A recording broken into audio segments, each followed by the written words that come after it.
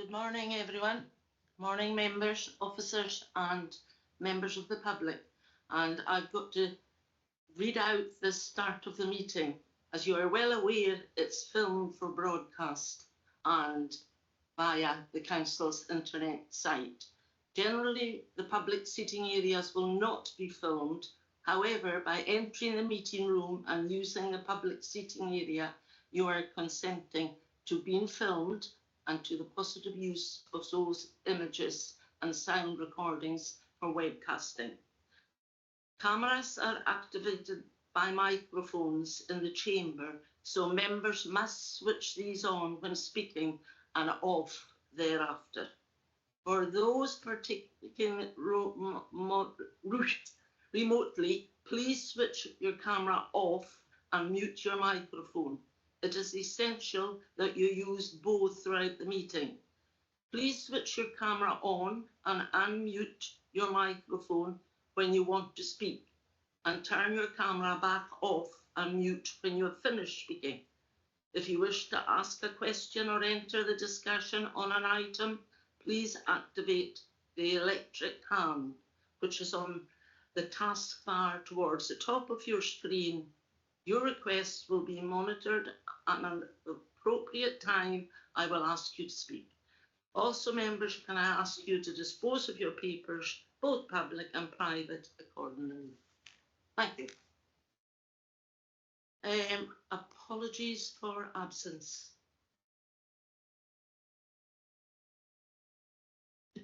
Good morning, members. If you could indicate your presence when I say your name, please. Councillor Kennedy. Present. We have apologies from Councillor Mackenzie. Councillor McLean. Present. Councillor Patterson. Present. Thank you. And item 2, declarations of interest. You're asked to consider where there is an interest to declare. No declares? Okay. And item 3 is the area performance summary from the police, and we have Daniel Jack here today. So I think this is the first time you've been, is it, Daniel? Yeah, thank you, Chair. Certainly is at this committee, but I have recently presented at the Wester Ross Beth and Lochal. So nice to see you today, and nice to see other elected members and other partners as well. Thank you. So I'm here on behalf of Chief Inspector Callum Smith to present this area committee report for Dingwall and Seaforth from Police Scotland. I'd just like to highlight that the reporting period for this report is the 1st of April through to the 31st of December 2024. As per other recent reports, the statistics and details contained with this report covers the North Highland Area Command area within Police Scotland, which encompasses the Black Island, Easter Ross, Caithness, Dingwall and Seaforth, Sutherland and Wester Ross, Strathbeth and Lochal area committees. Throughout the report, I'll touch upon some pertinent points under each of the local policing priorities, whilst giving some other information and context in relation to areas of work which are ongoing within North Highland Area Command. Excuse me. So on page 4, and I trust members have had the opportunity to have sight of the report. So the first policing priority is road safety and road crime. The details and statistics are there for everyone to see, and there's obviously a detailed list of the same crime statistics at the end of the report. I'll just touch upon a couple of points. So you'll see that the number of road traffic fatalities within North Highland has seen a reduction from 5 to 3. Now, we acknowledge that's 3 still too many, but we continue to work with internal partners such as our road policing colleagues, but also our external partners such as Highland Council road safety teams, third sector organisations, Bear Scotland, and a lot of that is not just in relation to enforcement, but about education and prevention in relation to driver behaviour. You'll also see that there is a slight decrease in the number of drink and drug driving offences across the area. with a reduction from 180 down to 178 with a detection rate of 88%. I know some people may wonder why we've got a detection rate of 88.8%, and I'll just give a bit of background in relation to that number. Is when we are stopping drivers who require to have a blood specimen obtained from them, there is a time delay in relation to getting those results back from the police laboratory in relation to those. So what you might find going forward in the next reporting cycle is that detection rate might be over 100%. It's to do with the counting rules in relation to the Scottish Crime Recording Standards. And that's all I was going to say in relation to the road safety and road crime local police and priority. And obviously I'm happy to take questions at the end as I go through the rest of the report. On page 5, you'll see the police and priority antisocial behaviour, disorder and violence. And there's a couple of points I would just like to touch upon in here. So you'll see that there has been a slight reduction in the number of assaults in the reporting period, a reduction of 3, with a detection rate of 68.2%. And there unfortunately has been a slight increase of 8 in relation to serious assault offences. Just to give a bit of context in relation to this area committee jurisdiction, all of those 26 have occurred within this ward area, again with a healthy detection rate of 88.5%.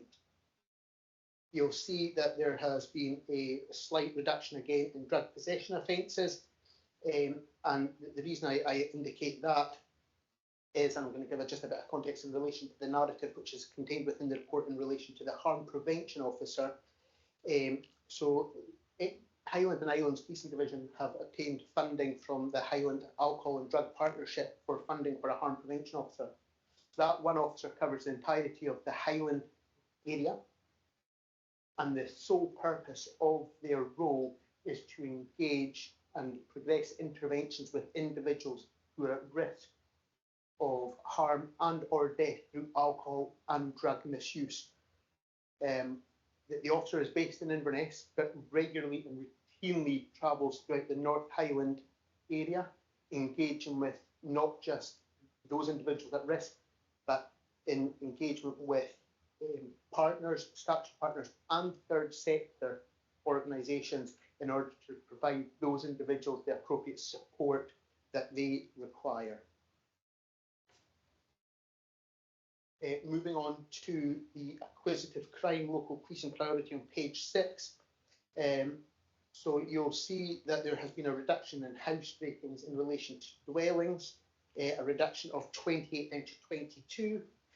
Just to give a little bit of context in relation to that, of those 22 for this ward area, there has been one offence in that crime category within this ward area. You'll see the number of frauds in relation to year on year has remained almost static. And of those 113, there has been 24 reported and recorded within this area committee jurisdiction. They're fairly consistent statistics, not just within the Highland and Islands division, but nationally. And what we are finding in relation to that crime type is that actually the perpetrator or suspects are not based within the Highland area or wider Scotland area. Majority of what we're finding through inquiries is that perpetrators and offenders are based internationally, whether that in America or predominantly the African continent. You'll see in relation to theft by shoplifting, there's been a reduction of 120 offences in this reporting period within the area committee jurisdiction, and locally within, that full figure is for North Highland, but within this area committee, there has been a reduction from 87 down to 48, which is a reduction of 39 in the reporting period. Some of that reduction will be down to work that's going on in the background with known locations that are being targeted for theft by shopliftings, and through analysis, we deploy our preventions and interventions officers to go and engage with staff and these premises. The purpose of the preventions and interventions officers, they will go in and they will look at the shop layout to try and make it obviously as difficult an environment as possible for offenders, to obviously try and prevent that a crime from happening in the first place, with detailed reports and recommendations going to those establishments. What we do find on occasion is that due to national policy of perhaps some of the bigger supermarket chains, is that they won't always change the layout as per the recommendations just due to their national store policy. Moving on to protecting vulnerable people on page 7, you'll see that there has been an increase of 9 in the reporting period in relation to offences of rape. What we are finding is that there is an increase in historical offences being reported. A lot of work has gone on at a national level, not just within Police Scotland, but at a Scottish Government level and partners in relation to encouraging people to report and giving people that confidence that once they do report, that they will have the relevant support as they move through the criminal justice process. You'll see in relation to domestic and hate crimes, there is I suppose an explanation there in relation to the 2023 for 2024 and the 5 and 3 year averages data not being available. That is in relation to a change in our crime recording systems, and if we have produced that in relation to or in comparison with this reporting period, it would be inconsistent in relation to Scottish crime recording standards. So just to give that piece of context and narrative as to why that details are not available. Going forward, that information will start to become available because it'll be a consistent approach as to how that information and crimes are extracted from the systems for crime recording statistics purposes. In relation to this local policing priority, you'll see under the missing persons section that there has been a slight decrease from 138 to 132 across the reporting period. We have focused a lot of work between our missing person coordinator with partners, looked after children accommodation, care homes, and a lot of that is in relation to prevention again, so putting policies and protocols in place. So for instance, if we find that we are having a repeat member of the public who's been reported missing who may suffer from the likes of dementia, we will engage with family and the care home if they're in that establishment to encourage them to complete the Herbert protocol. So that is a protocol that's been rolled out across the United Kingdom. From memory, it was started by Durham Constabulary, and it's where families or next of kin will write down a pertinent information in relation to that person, which gives police quick time access to some of that information that will assist in where they may likely to go through previous habits and such like. So that's I just want to give a bit of context in relation to the work that's going on there in relation to missing persons.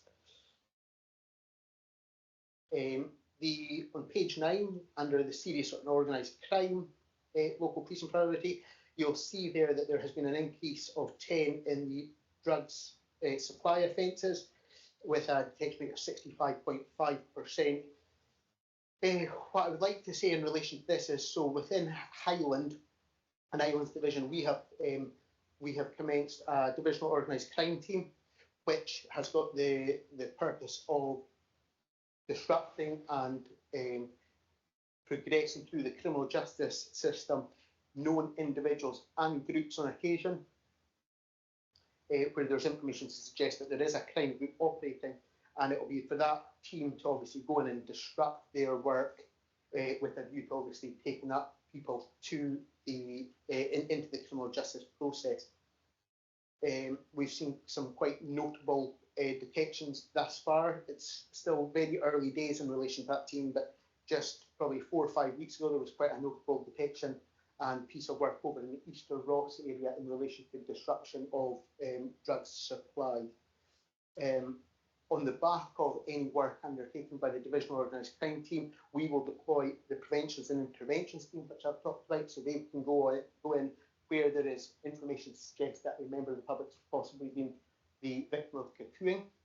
They will go in and give personal safety advice, enhanced security advice within the home address, and again, we work in tandem with Highland Council and housing providers in relation to getting that additional safety measure in place for those individuals. And then also the people who are at risk of being cuckooed or at risk of alcohol or drug misuse through this type of activity, we will also engage the harm prevention officer, which I've previously touched upon in relation to progressing any sort of intervention and harm prevention work in relation to those individuals. And then the last police and priorities in relation to counter-terrorism. That is a fairly standardised update in relation to not just Highland, but across Highland and Islands for the 3 island local authorities as well. So I would really just making people aware of that. But as I say, happy to take any questions on anything that I've discussed. And if there's anything I can't answer, I'm happy to take away and obviously feedback to the committee. Thank you. Thank you, Daniel. That was very thorough. And I will go to the members and they will ask as many questions as you want, and you can always come back again. Is that all right with you? Well, yes. I've only got a couple. One thing that stuck out for me was theft by shoplifting. You know, have we got a lot in our area? We're concerned about our area quite a bit. And what happens? Do you go to, if someone phones you up or what? And also about drugs. I am really, really concerned about drugs because having quite a number of grandchildren and they go to youth clubs and everything, and when they come out, there's people standing there offering them.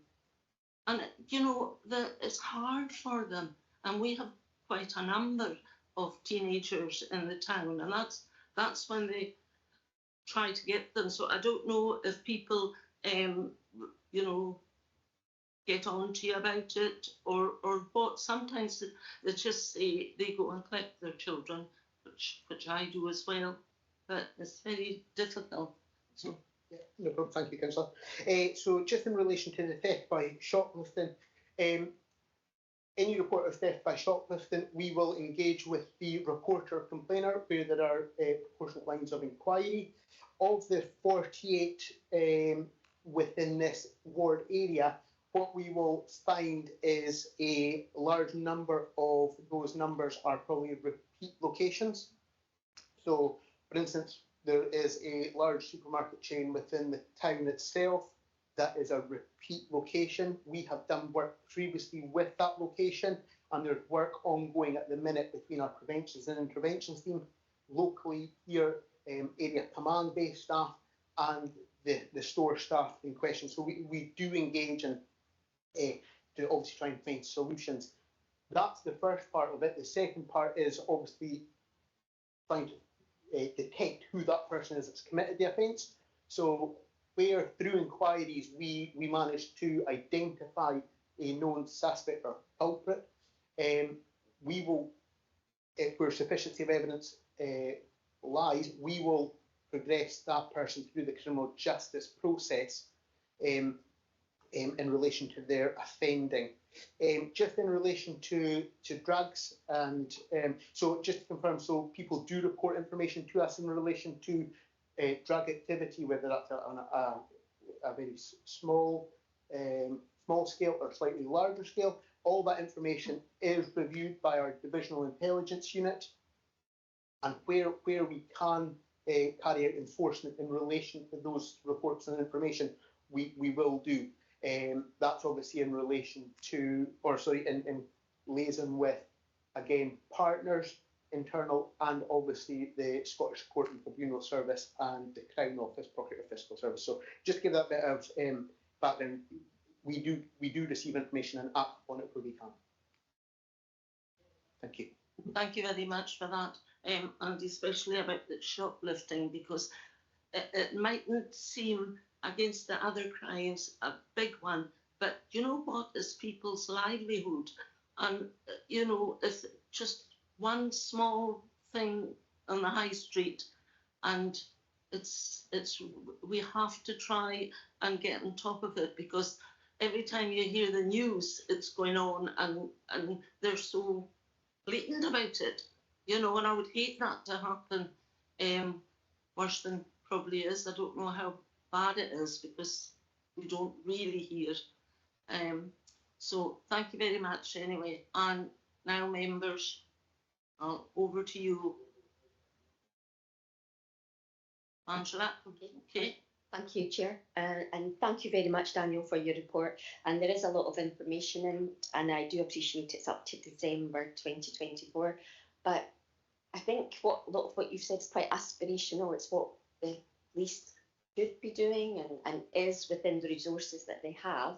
But it's not the story that we're hearing out on the ground. And I know a request from a number of our community councils is that if there was more community policing, which is like it's not going to happen due to resources, then they would find out a lot more what's happening. We have shops in our area, not just big supermarkets, but local shops that has been reported to one of our community councils a number of times, and in fact, it's also been reported to the area commander, and there was assurances given there that there would be follow-on, because the local shop not only had videos of who had been doing the shoplifting, but the police didn't come. We also had reports at that same meeting about antisocial behaviour and thieving that had gone on at a property, and there was videos of that, and the individual is still waiting for the police to turn up to have a look at that. So it seems to be that there is, you know, and the council is just as bad in that we know what we should be doing, but it's having that resources to do it. And you know, some other community councils will say that speeding is on the increase, that you know, a lot of crimes are not being taken forward, so therefore they're not on the statistics because they're, and I'm sure you're hearing that elsewhere too. But road safety is a big issue in our ward in speeding, and they feel that they don't see much of the police at all, and that while they can understand that road policing may be based in Dingwall, but the local area office doesn't have responsibility for them, and that, you know, they do feel that like many things that everything is kind of centralised, and that although there's an office, often there's very few officers there. So the main feedback we get is that policing is by consent of the public, and therefore there has to be a connection with the communities and the public, and they do feel that that's diminished. Not through your fault. It's you're here representing, and you can only do what you can with the officers you have. But this is the start of a new year for us. January, you are now into February. You know, that's marching on, and we do feel that some of the statistics are very, and we understand that they can't be broken down further. But you were able to give us some. For instance, your shoplifting said had gone down 87 to 48. That there had been a list of missing people. So I suppose the care experience is up by 5 in our area, and it would be useful to know how is it the same individuals that are being reported again and again, because I know in the past we might have had issues whereby one individual may be not following the procedures, letting staff know when they leave, or it could be that there's an increase in our area because we do have facilities in our area, and it'd be good to maybe understand that a bit more. And the county lines in Cuckooing, you know, we did get a briefing on that, which was very helpful, and we were hoping we would get regular briefings. Inverness have regular monthly briefings, and they're very reassuring. The other question I'd like to ask is about drugs. That's on the increase, although some of the information, it's as if, like in speeding offences, it said there's 100% detection. I don't know that's, how do you get that? And I know you talked about how you get 100%. It could be, it takes time for it to go into the system. But the back to the drug, sorry, I'm distracting you there. I'm being told by, we're all pretty ancient in here, but young people are, it's all online, Snapchat, you can actually see where your drug dealers come in to deliver your drugs to you. It's all on social media, that people are buying urine so that they can, online, so that they can beat the drug tests in their work. There's just so much going on. How is the police able to cope with that? Is that all done in Inverness? How it seems to be it's a never-ending challenge, because as drug dealers become more and more sophisticated, and with the internet, it's much more difficult, and younger people, not just young people, and by that I'm not meaning that, I'm just meaning people younger than us, are much more into thinking it's normal. It's like going out and getting a bottle of wine, is ordering your drugs and everything online, and that's having a big impact in our communities. And antisocial behaviour is definitely on the rise, and especially, we've had quite a few issues recently in our ward, and it's those tenants that are living round about that are suffering. The mental health impact that's having, lack of sleep, worrying about going out, and there isn't enough support out there. How do we deal with that? I mean, I understand that antisocial behaviour, the police, housing, and others can work together. And there was a change in that all tenancies are secured, so it makes it very difficult for the council to then, say to antisocial neighbours, you have to abide by this. But I understand that there is opportunities, and I'll raise it later, at looking at removing secure tenancies. Is that something that the police involved in? If there's been many visits to a property, things like that. I would like to know some more about that. So, on the good side, Rural Watch, that's the website, and the messages you get on your app is very good. The missing persons, yeah, that's slightly going up for some, but there has been work on that, and I better not speak too long, because I'm sure Councillor Kennedy's got a few points he wants to raise too. Thank you. Thank you, Angela. Do you want to answer the questions now? If I may, if that's okay. Yes. Thank you, and thank you for your observations and points, Councillor. So, in relation to obviously the comments and observations in relation to the shopliftings and the antisocial behaviour markers in your word area, if I can maybe get some information from you after the meeting, and I will certainly follow that up in relation to that.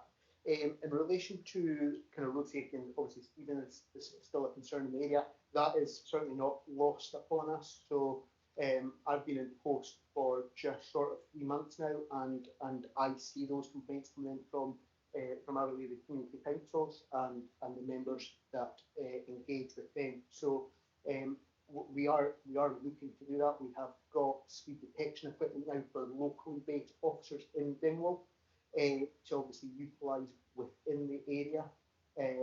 Again, we cannot give a commitment that we could, that we cannot guarantee that we can be in known location hotspots all the time. But certainly going forward, we will be looking to engage and carry out speed checks in areas of areas where we get complaints from community council in relation to.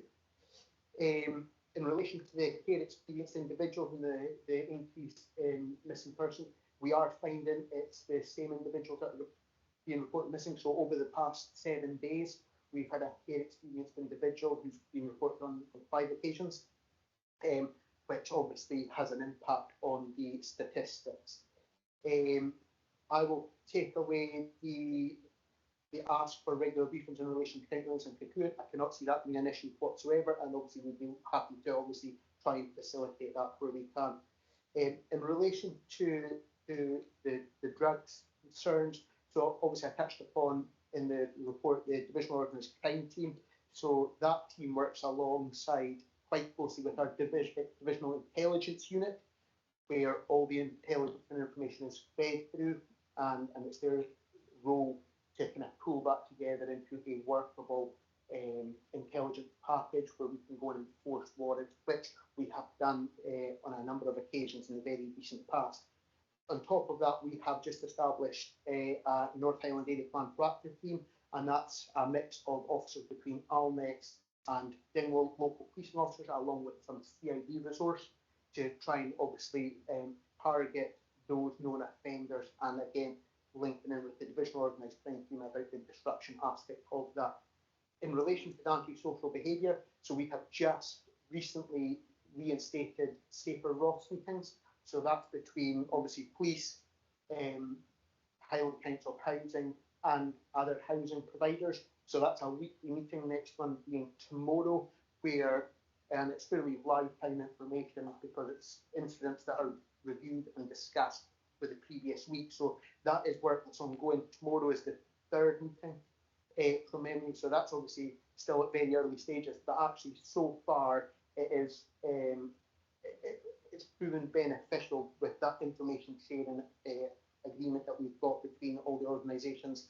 In relation to the removal of secure tenancy, I would think, and I would have to double check this, that's not something Police Scotland would probably be directly involved with, but I would imagine the information that we share to housing partners, yes, through Safer Ross, and there's one for Safer Sutherland as well, that would probably add a bit of weight to that decision by the housing providers. Thank you. Thank you very much. Sean, would you like to? Thank you. Yeah. I think before the inspector, not what it might yeah, not into this report, but I read it and I, who actually reads this? Where's it go? You know, it's all toward look as good as it can. Yeah,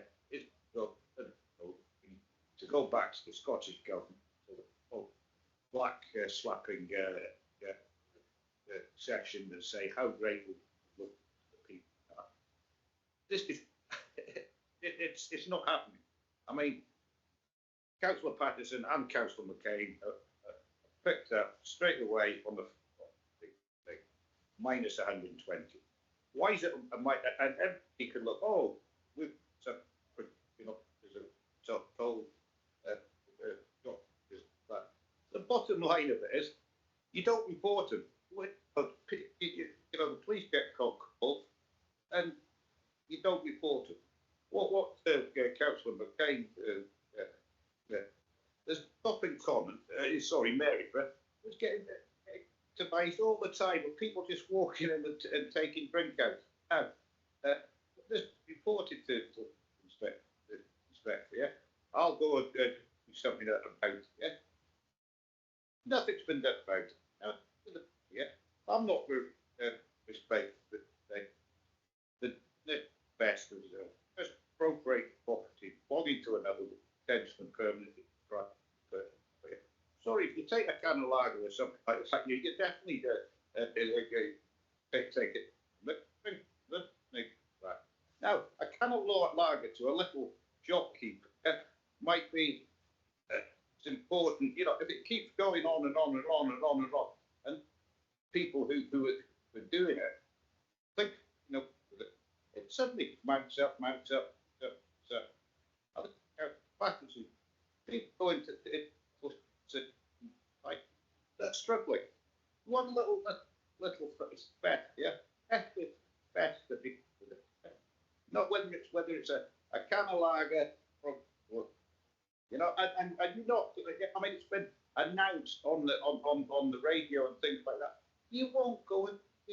I mean, I was away last week, yeah, and it's down south, yeah. He's had to put locks on it. I don't think nationally here in this area, but I think it's nationally. He's had to put locks on with camera. There's who's actually coming into his shop, yeah?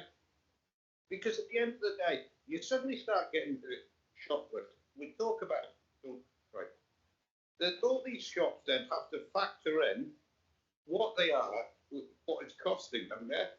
That then comes back to the public, yeah? I mean, I think, as you know, one of the basics of policing, you know, is detection, yeah, and prevention comes down to community policing. Yeah, we officers. When was the last time anybody saw a police officer walking up and down High Street, apart from when there's a football match? Never, never. What happens? You know, we carry dogs in the high streets. We got a public protect all the time and things. Dingwall and Seaforth is colleague at the back. This head. It's got a population of over 15,000 people. Yeah, and are we at the end of the day? Deserve better. Yeah, deserve to have some dedicated community policemen. You know, back, you know, to the 70s and what just people, and the old northern family, places like Strathpeffer had a sergeant and a PC in it, and the sergeant and the PC, if there was any carry on, they knew exactly who would, you know, I mean, if same thing, you know, permanent beat officers, think what was happening there, and what happened at crime site. You CID had come to. Now let's go on about, you know, all the partnership with your Highland officer and things like that. There's a lot of people now, and especially in high housing, of what Councillor McClellan, the good effect for people, it lots of flats, and in schemes and like, yeah, go to work, right, but the so-called vulnerable people have been put in accommodation, you know, right. So if they do something, yeah, they will say, oh, grass. It's very, very hard, but when there are no police officers, you know,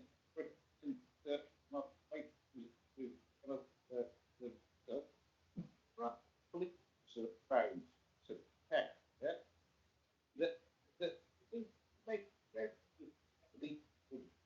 to say anything, give anything. So, in fact, the vulnerable people are actually making the not vulnerable vulnerable. What it was. I think it was a Councillor McCain touched on it. Yeah? It's far from the truth.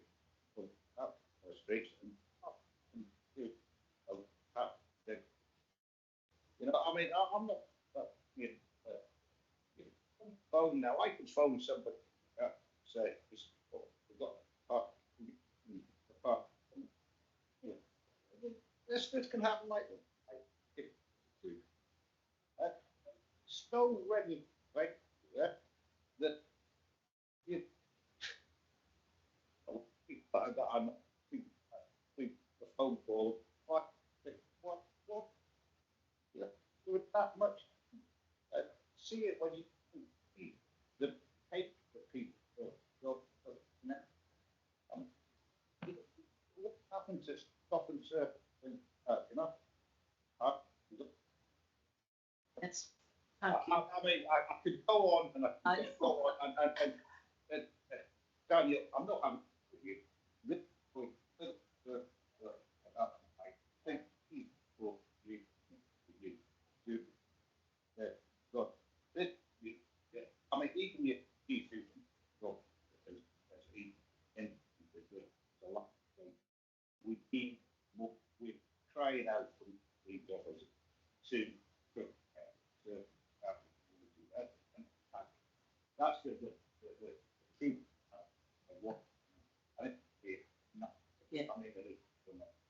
sorry I've landed. So- Had a That's bit all of right. it, but, I do- See, you know, thank you. Yeah, thank you very much. You're saying what we're all thinking, to be honest, but I'm sure Daniel would agree with quite a bit of what you said. But he is the messenger, and I mean this plan that we are to note in a few minutes, if time is getting on, and I know you've taken notes, and you know we know this the world has changed, and we don't have that Rolls-Royce service that we had many years ago. And it is quite sad because when you think about it, you look at the litter, dogs' mess. Does anybody ever get charged? Does anybody ever, come prove they did it? It's just, it's not good, but we have to do the best we can. And Daniel's there behind us. And I think, is there any last questions, Angela? Are you?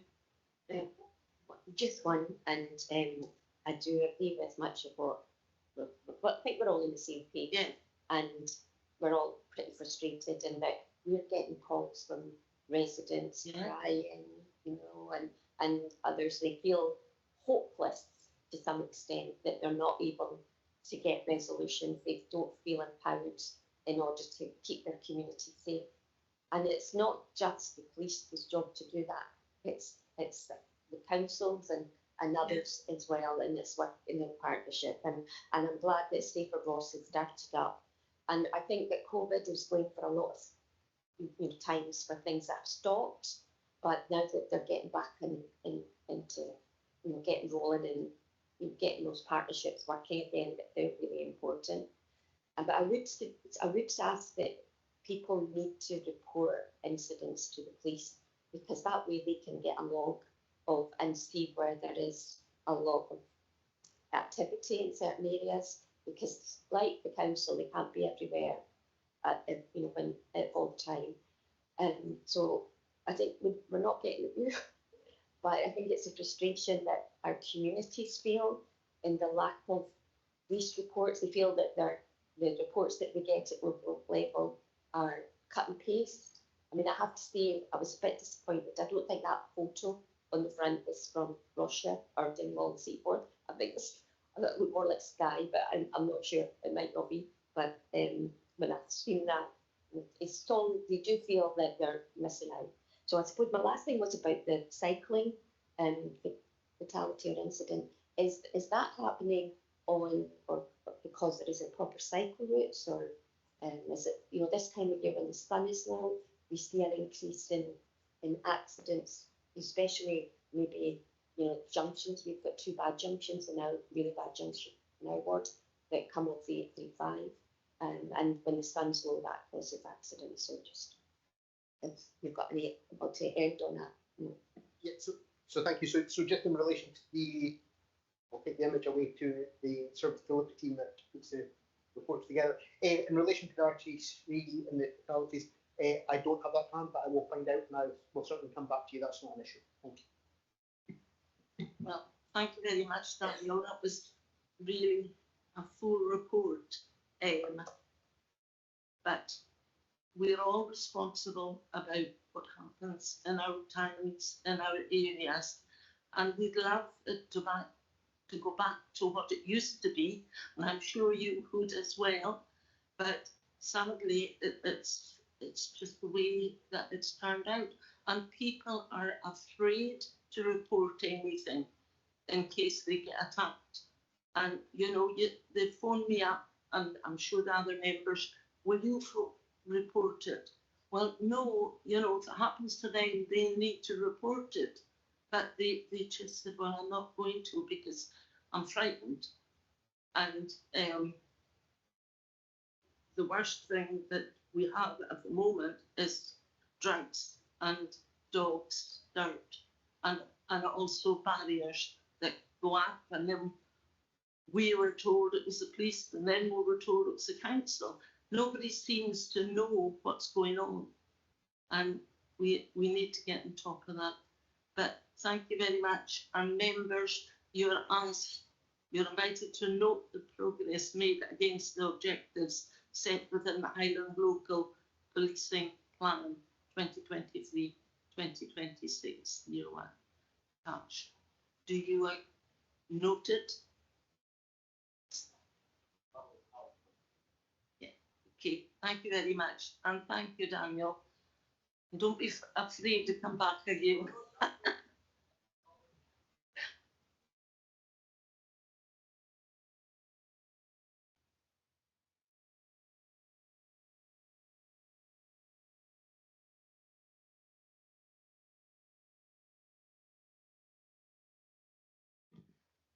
Right, members, we're on to number 4, Area Roads Capital Programme, and we have Ian Moncrief in person.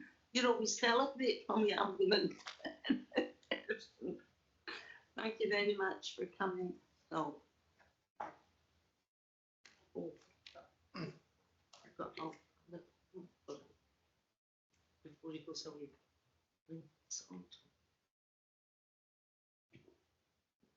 Good morning, Councillors. This is the Dingwall and Seaforth Capital Programme Report for 25 and 26.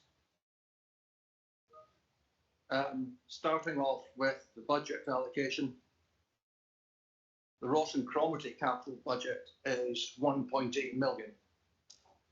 And this is split up using the length of the road network as the basis for splitting the capital budget up into the 3 areas. For Dingwall and Seaforth, this gives a budget of £318,000. Scheme selection. We identified the schemes using a variety of means: the Scottish Road Maintenance Condition Survey, safety inspections, survey inspections, and crucially input and feedback from the ward members and also from the public.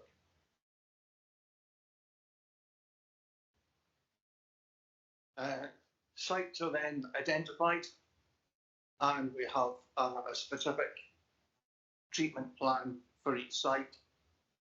That then gives a cost, and that's how the programme is then built up and costed.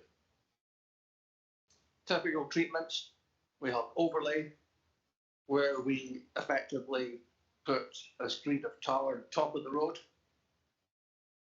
Inlay is typically in urban areas where we would plane out the existing road surface and then replace it with the same thickness of new tar.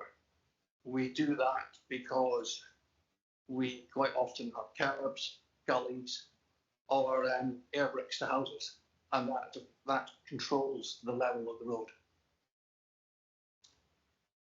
Patching, this isn't just the small pothole with a little bit of tar. This is where we plane out maybe like a junction, and then we inlay it.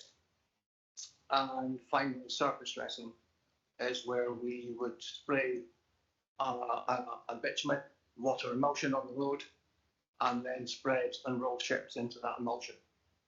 The emulsion breaks, leaving the bitumen, which acts as a glue. And then over the summer, the weight of the traffic pushes the stone chips into the existing road surface. Overlay and inlay add strength to the road. Typically, roads that need this would show signs of cracking, crazing, rutting, etc. Typically, for overlays and inlays, we would use 40 mil of tar. However, that could be increased to maybe 50 or 60, depending on the state of the road. As I said, we would use patching for smaller defects such as junctions. And again, that's similar to the inlay. We would clean the road, plane out the existing road surface, prep it, and then put the same thickness of tar back.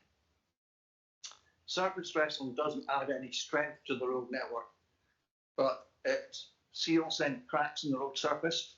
That prevents the water getting in.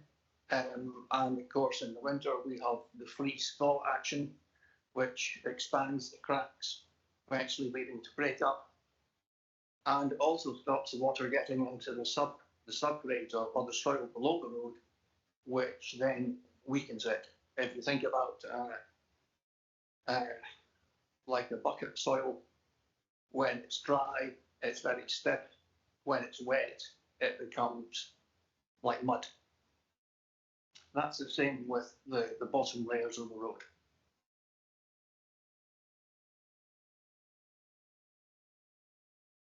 So looking at the programme, we have the A862 Cotton Bridge to Muir of Ord.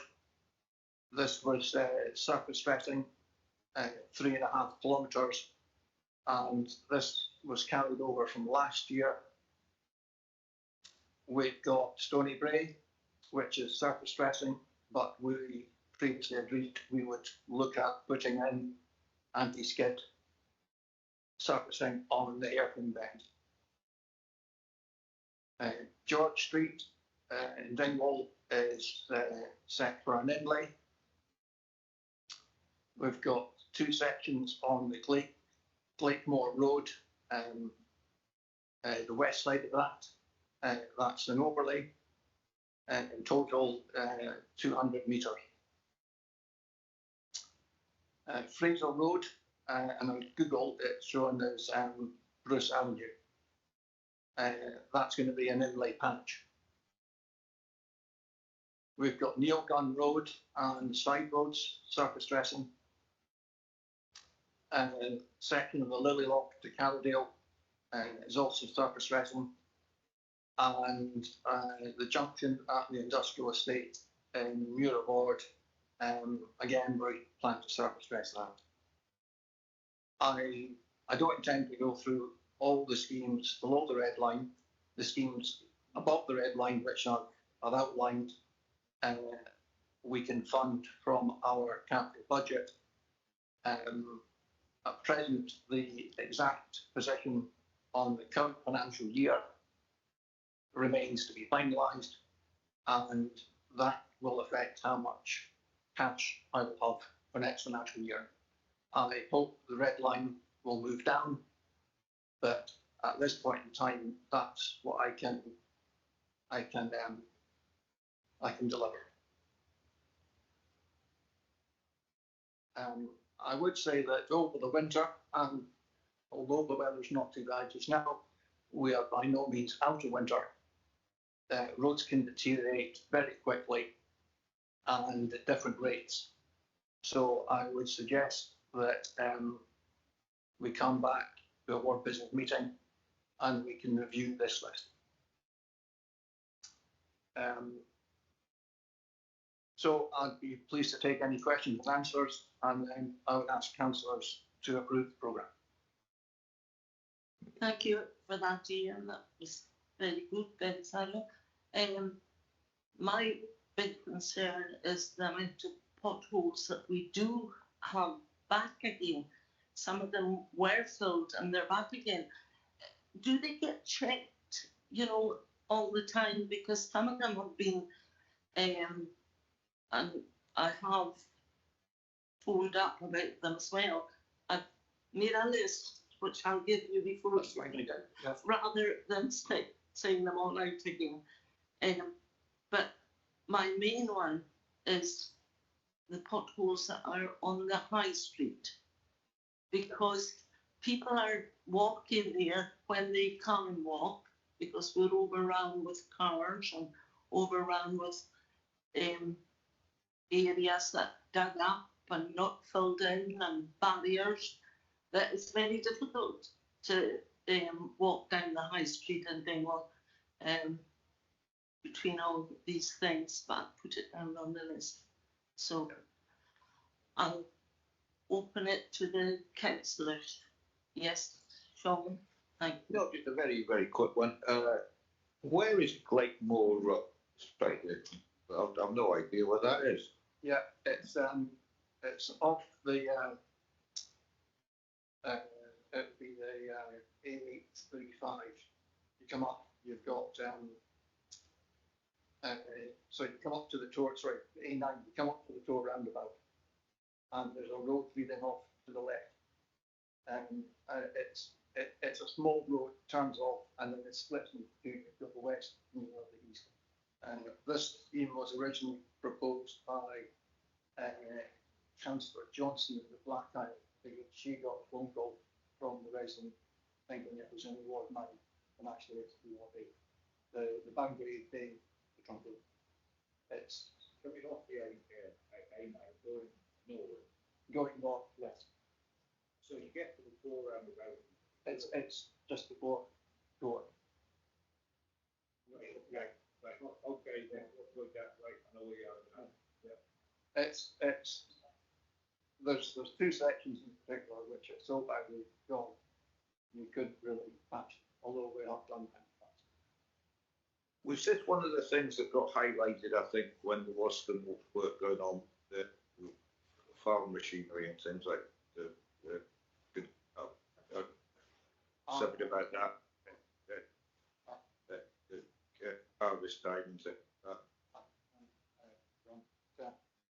I think I know. I'll when I'm coming back from Inverness, I'll have a detour and I'll sightseeing There's actually two of myself and go and have a look. spurs to them, and they're both pretty. But the one, yeah, but the one to the west is certainly the worst.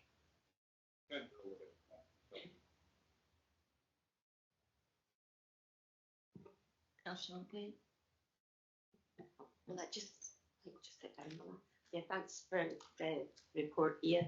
And I noticed that it says in the report under the impact assessments, there's no socio-economic impact, but in fact, there probably will be, because if the roads are in a bad state, a lot of people damage their cars as well, and it's not good for business if tourists coming as well if our roads are in a bad state.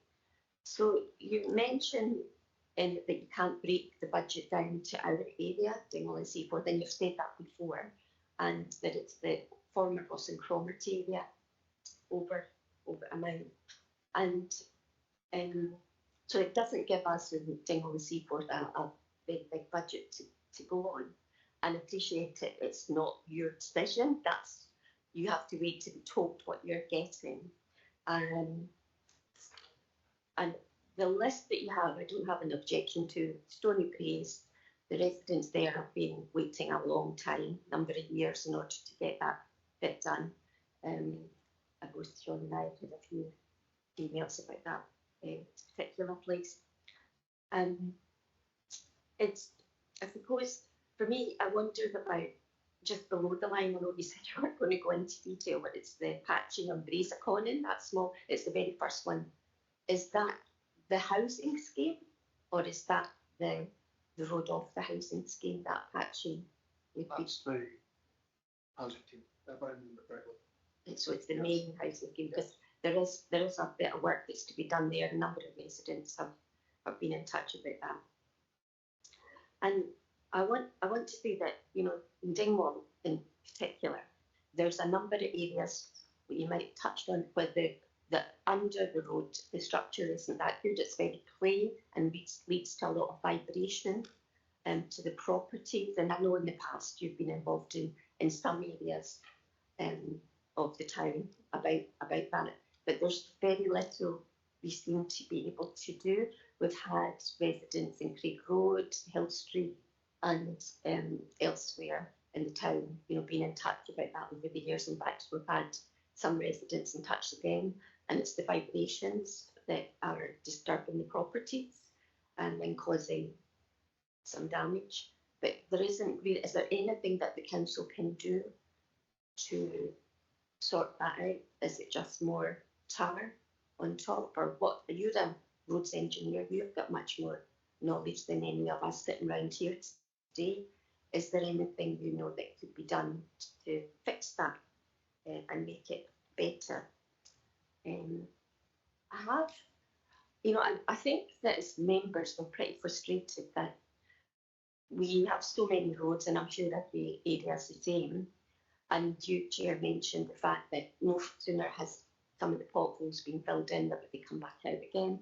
And even this morning, I was going to check that the food waste bins in Maryborough were emptied because they hadn't been last week for 4 days, and that they were done. And there was lots of potholes I could see around there. But I appreciate that there has been work done by your team, and it's no criticism at all of what the hard work that the roads team do, because they are doing a fantastic work on all, all year round in the different challenges they've got to face.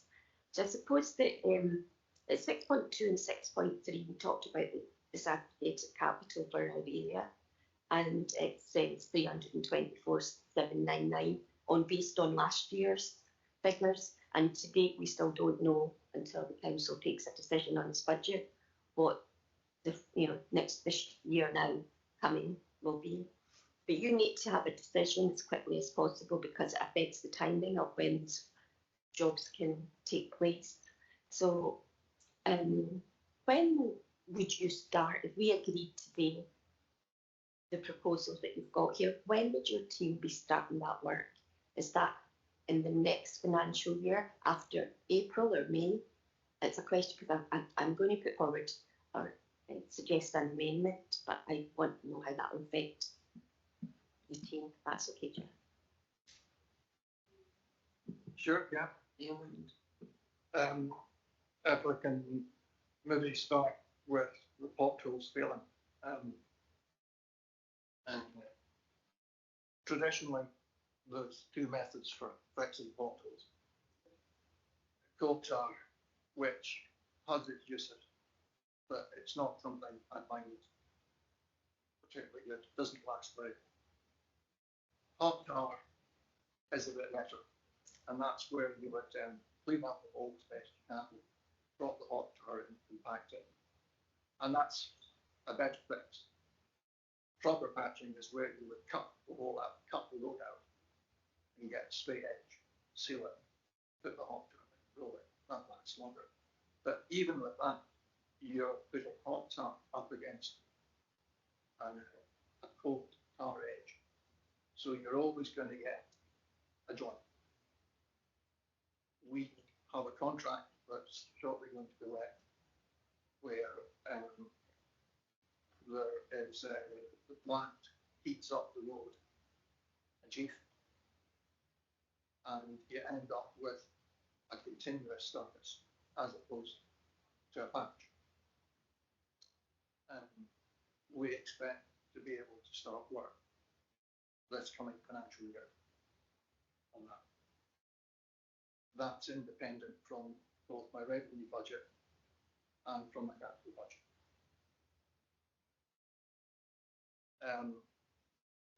Moving on to the socio-economic impacts. I found the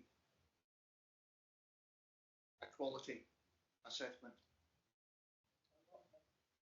There's a lot of information, and I don't think it was really put together to deal with something like roads and road repairs.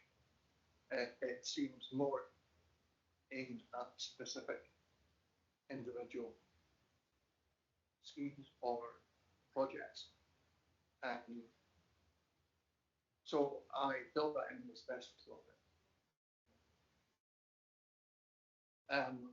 The size of the allocation, yes, it's based on last year. I have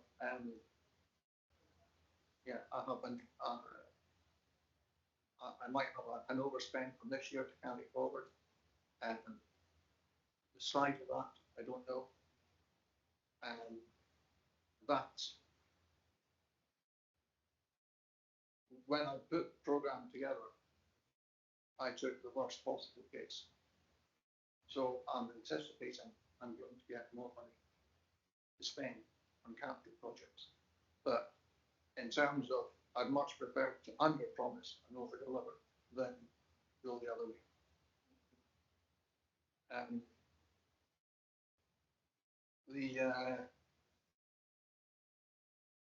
Yes, we previously we talked about Stony Brae, and Bracelet Conan was in the housing estate. There is a lot of issues with vibration.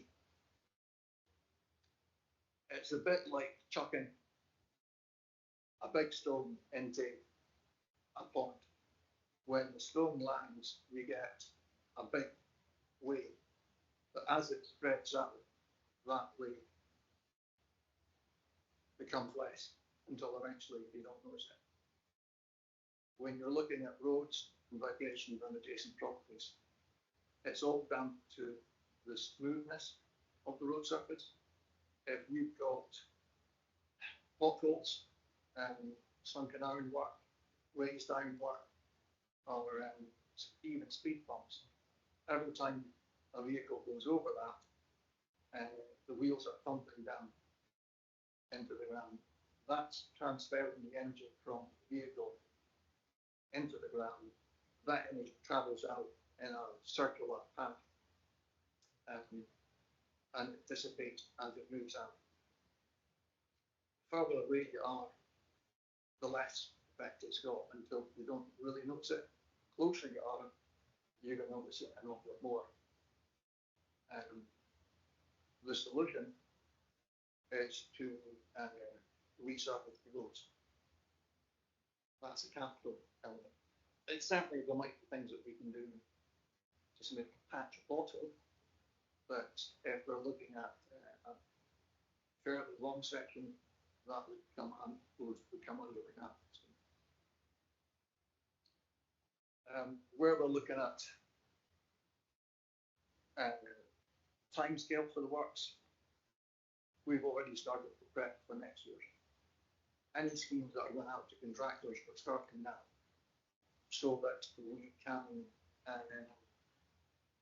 we can design the schemes now, we can get the work issued, and early within the first couple of weeks of the financial year.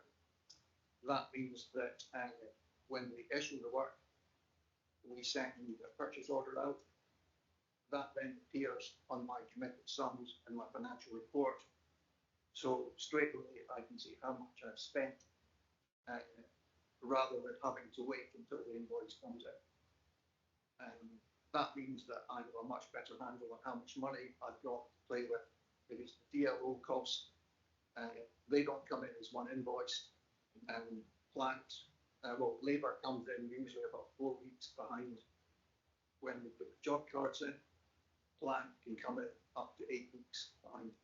So at any one point in time, when you're looking at DLO schemes, you can only make an estimate of how much money is spent. If you then have contractor schemes being issued later on in the year, you're issuing work and you don't really know your financial position. So it's better to issue all the contractor work as early as possible. Yeah, thank you, Ian. I was wondering when we were thinking about the different areas where I found it very worthwhile when we went out and about last year and looked at the roads that were worst, etc. And I wondered if the members were in favour of maybe doing that sometime in the year. So if you keep that in mind, Ian. Yeah. So, yes, Sean.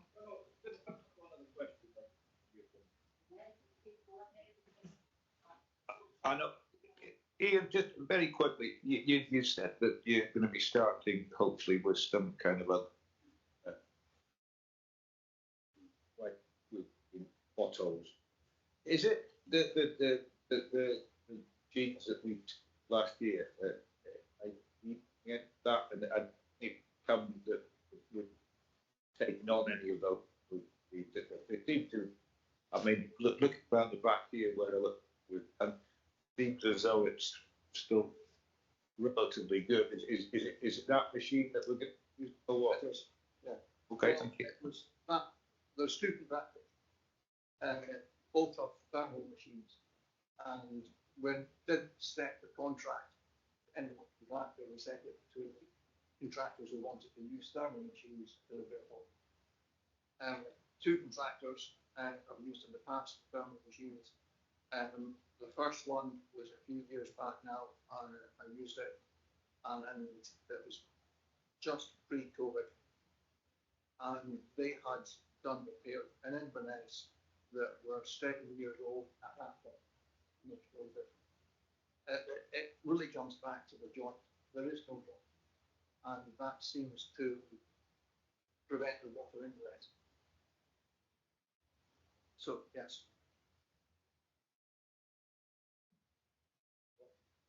Right, members, you are asked, So you Chair, are invited. Oh, sorry. so Chair, I'd like to put forward an amendment as well under this. I'm not against agreeing with what Ian has said, because I know that these are the worst roads, but every year we sit here and we agree what is being proposed, Yeah. and we're not really making any big indentation into the amount of work and backlog that we have, I think, in our area. And I know it's difficult to get that information, but I think it's incumbent on us to try and find out how much it would actually cost for us to improve all the roads Right. in our ward. Do you want to tell us what you? Is that okay? Yeah. So, so Dingwall and Seaforth Area Committee requests confirmation of the total amount of capital expenditure required to address all the Dingwall and Seaforth area road repairs and structures. So to do that, we need to have an update from the previous reports we've had for the last 5 years and what, this financial year, what's required. For comparative purposes, that same information is provided because we are covering the whole of the Ross and Cromarty area within our budget, and we get a proportion of that, so that the information is provided for the Ross and Cromarty area, because you not have the information for Ross and Cromarty, but it's to break it down into what we have had, because he'll know what he spent over the last 5 years, and we'll know how many roads are still not done under the capital programme. And this information will be provided for discussion at the next area business meeting and published as an addendum to the minutes of this area committee meeting, so that once that's done, because it'll take a while, we won't discuss it again until the next full council meeting. Note with concern that the total amount of capital expenditure required to fix Dingwall and Seaforth Roads network is increasing year on year because costs have gone up, and the council is failing to address this backlog of repairs. Now, that's no fault of the officers, it's the budget that they have to do that, and it says in the report they can't do all the roads and they will get contractors in to do some of that. So I can take this bit out if you wish. Invites the chair of the E&I and appropriate officers to address the Dingwall and Seaforth committee on the 26th of May, which is the next area committee, to explain how the council addresses the concerns of us as a committee. Now, I'm not sure if we can take as a motion. It could be a request that the members would agree to, instead of a motion. I'd have to take advice. Sorry. As far as I'm aware, there's no financial implication. We're just asking for the details, and area committees can still do Take motions. advice at the moment. Written it. Yeah. So how is that difficult for you to do? Actually, I have to bring a committee report back to the Dingwall and Seaforth and all the other areas with the amendments to the approved programme. Yes. So I could include that information. Yes. Would that satisfy you? Yeah, that would satisfy me, because I do feel that we've got so many roads and we need to be trying to get more of them done. And unless we know specifically which ones, and I'm trying not to make it too difficult for Ian to get that information, because a lot of that he should have, because it's on the list that gives us on the appendix. And see what, because he did say at the start, the Con into Muir Ward Road, that we should have been done last year, but you didn't have the capacity or the funding to do it. So therefore that's been delayed a year. So that's one of the reasons want to know if that's Yeah, I'm not disagreeing with you. I'm agreeing with you, but I just felt it shouldn't be a motion. okay. No, that's That, it. and Ian's agreed that he'll take it back. So are you satisfied with that? I'm satisfied with that. Thank So you. with that, are you all agreed to approve the proposal Yes. at the moment? Yeah. Is that all right, Ian? And I've got a list of potholes, and I don't know if any want I will get them below to it. but And could I say that, you know, you were saying that the walkabout was helpful, and it was because Ian actually made the repairs to the Conan and Maryborough, you know, the Conan Bridge. yes, And that's made a big difference to the cars and vehicles going over that. yeah, absolutely, yeah. Okay, thank you. Can I maybe suggest springtime after winter? Yeah, yeah. All right. Okay, thank you.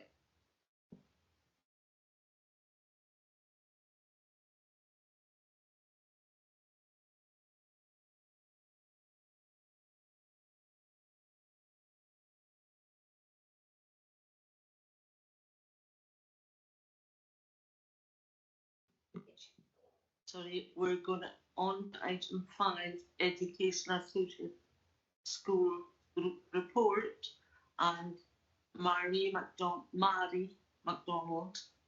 is the Assistant Chief Executive, is that? Yeah. Good morning. Hello. Good morning. Hello, Mary. How are you?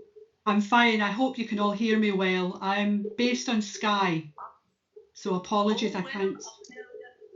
It's a clear line from Skye. We can hear you very well. Thank you. Thank you.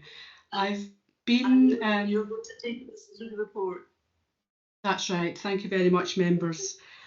This report relates to the 9 primaries and Dingwall Academy and provides some information for you to note today. If we have a look at the section 4, the standards and qualities reports, those are the gradings that the schools themselves have given against those 4 quality indicators of the leadership of change, learning, teaching and assessment, wellbeing, equality and inclusion, and the rating attainment and achievement quality indicator. So the standards and qualities reports are submitted at the end of each school year, and these are the gradings that the schools themselves have given for the end of June 2024. And the ELC, the early year settings, again, they are asked to grade themselves against 4 quality indicators for the early years. Apart from Dingwall Academy in the primary, it's been a number of years since the primary schools within the ASG have had a visit from Education Scotland. But when that is undertaken, then it would be the intention that Education Scotland's reports would come to an area business meeting, and copies of the report sent to local members as well. I'm aware, although I'm fairly new to the area, that a number of schools are within Ward 5 and some within Ward 9 as well. So Dingwall and Seaforth seems to cover quite a large area of schools in terms of members. The school roll information shows us that I think Dingwall Primary is the largest primary within Highland, and we have good numbers at the other schools within the ASG. We then move on to the attendance, absence and exclusion information, which provides both the national primary attendance statistics and Highland, which allows us to compare those 2 statistics with the schools within the ASG. So you'll see in section 6 that for session 22-23, which is the last information that we have available to report on, the schools are about or above the national and the Highland average attendance statistics for the primary, and the same for Dingwall Academy, where it sits at 85.8 for that particular school year, with Highland being 86.8, so just slightly below the Highland average. When we go on to section 7 for attainment, you'll see that a number of the schools just have the letter C, and that's because of the school roll, in which case, if the percentages of achievement were to be recorded, then particular individual pupils would actually be identifiable due to the small numbers in a P1, 4 and 7 cohort. So apologies for that those tables for the primary schools over the last 3 sessions are not totally complete, but that's due to confidentiality. And then if we move on to the secondary attainment for Dingwall Academy, again we can go back to 2020 up to 2022, and the virtual comparator school is where over Scotland overall we look at certain characteristics of our secondary schools, and then you're given a virtual comparator where they look at schools with very similar cohorts of pupils to give a comparison. So you can see that Dingwall, over those past 3 school sessions, sits well with its virtual comparator in terms of school leavers achieving literacy and numeracy as well, though slightly below compared to the literacy for numeracy. I think what's good is when we look at our pupil destinations for 16 plus and the positive destination statistics, which is in section 7.6. Again, we can look from 2020-21 to 22-23, and it shows positive destinations for Dingwall Academy pupils compared to Highland and Scotland. And certainly in 22-23, the Academy was slightly above the figures for Highland and Scotland. The last table, I always find this quite interesting when you look at the actual destination of pupils. So we can see quite an increase for Dingwall Academy in 22-23 of those pupils going into employment compared to 2021, with a slight decrease in those going into higher education and further education, as well as training. So the appendices show the forecast for the ASG, looking at individual schools as well as the academy. So Chair, I'm happy to take any questions, although it may be as the schools are quite new to my remit, I may have to come back having spoken to colleagues, but happy to take any questions from members. Very much, Mary. It's a very good report, and it's a lot to take in as well. It is. Yes. See if throw it open to the members. I don't have a question at the moment. I'm quite, the standards and quality reports are, well, they're good overall. So, you know, some are very good. Any questions, members? Yes, thank you, Mary, for the report. Okay. And there is a lot, and you've gone back to 2021, 22 as well to show the differences. And I'm sure COVID had a big impact on some of the learning environments that some of our pupils could experienced. But also, I suppose my first question is, where does St Clement's sit in this? Because it's not included, it gets care inspector reports as well, or does that sit separately? No, sorry. Yes, you can answer that one, Mary, if you want. Yes, no, that's fine. That's a good question. It's simply because I think the St Clement's takes the children over a larger age range as well, and quite often have individualised education programmes. So perhaps not looking to achieve early level, first level, second level, but having their own curriculum and their own sort of pathway of progression for those pupils. And again, the numbers would be such that we would probably be able to identify individual pupils.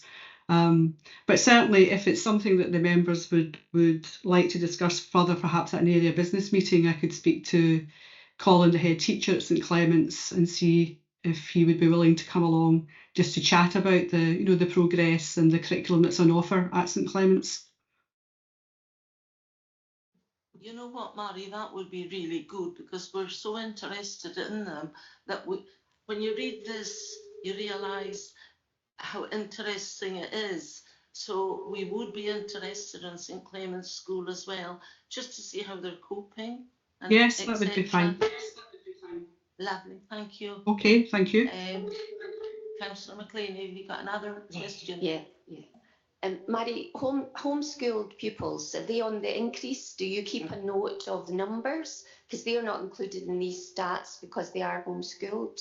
And also, I wondered about, you talked about future home, my words mixed up, positive destinations. So Dingwall Academy is quite lucky, and I'm sure maybe other academies are the same, in that they work very closely with High Life Highland and My Future, My Success, but also with developing the young workforce.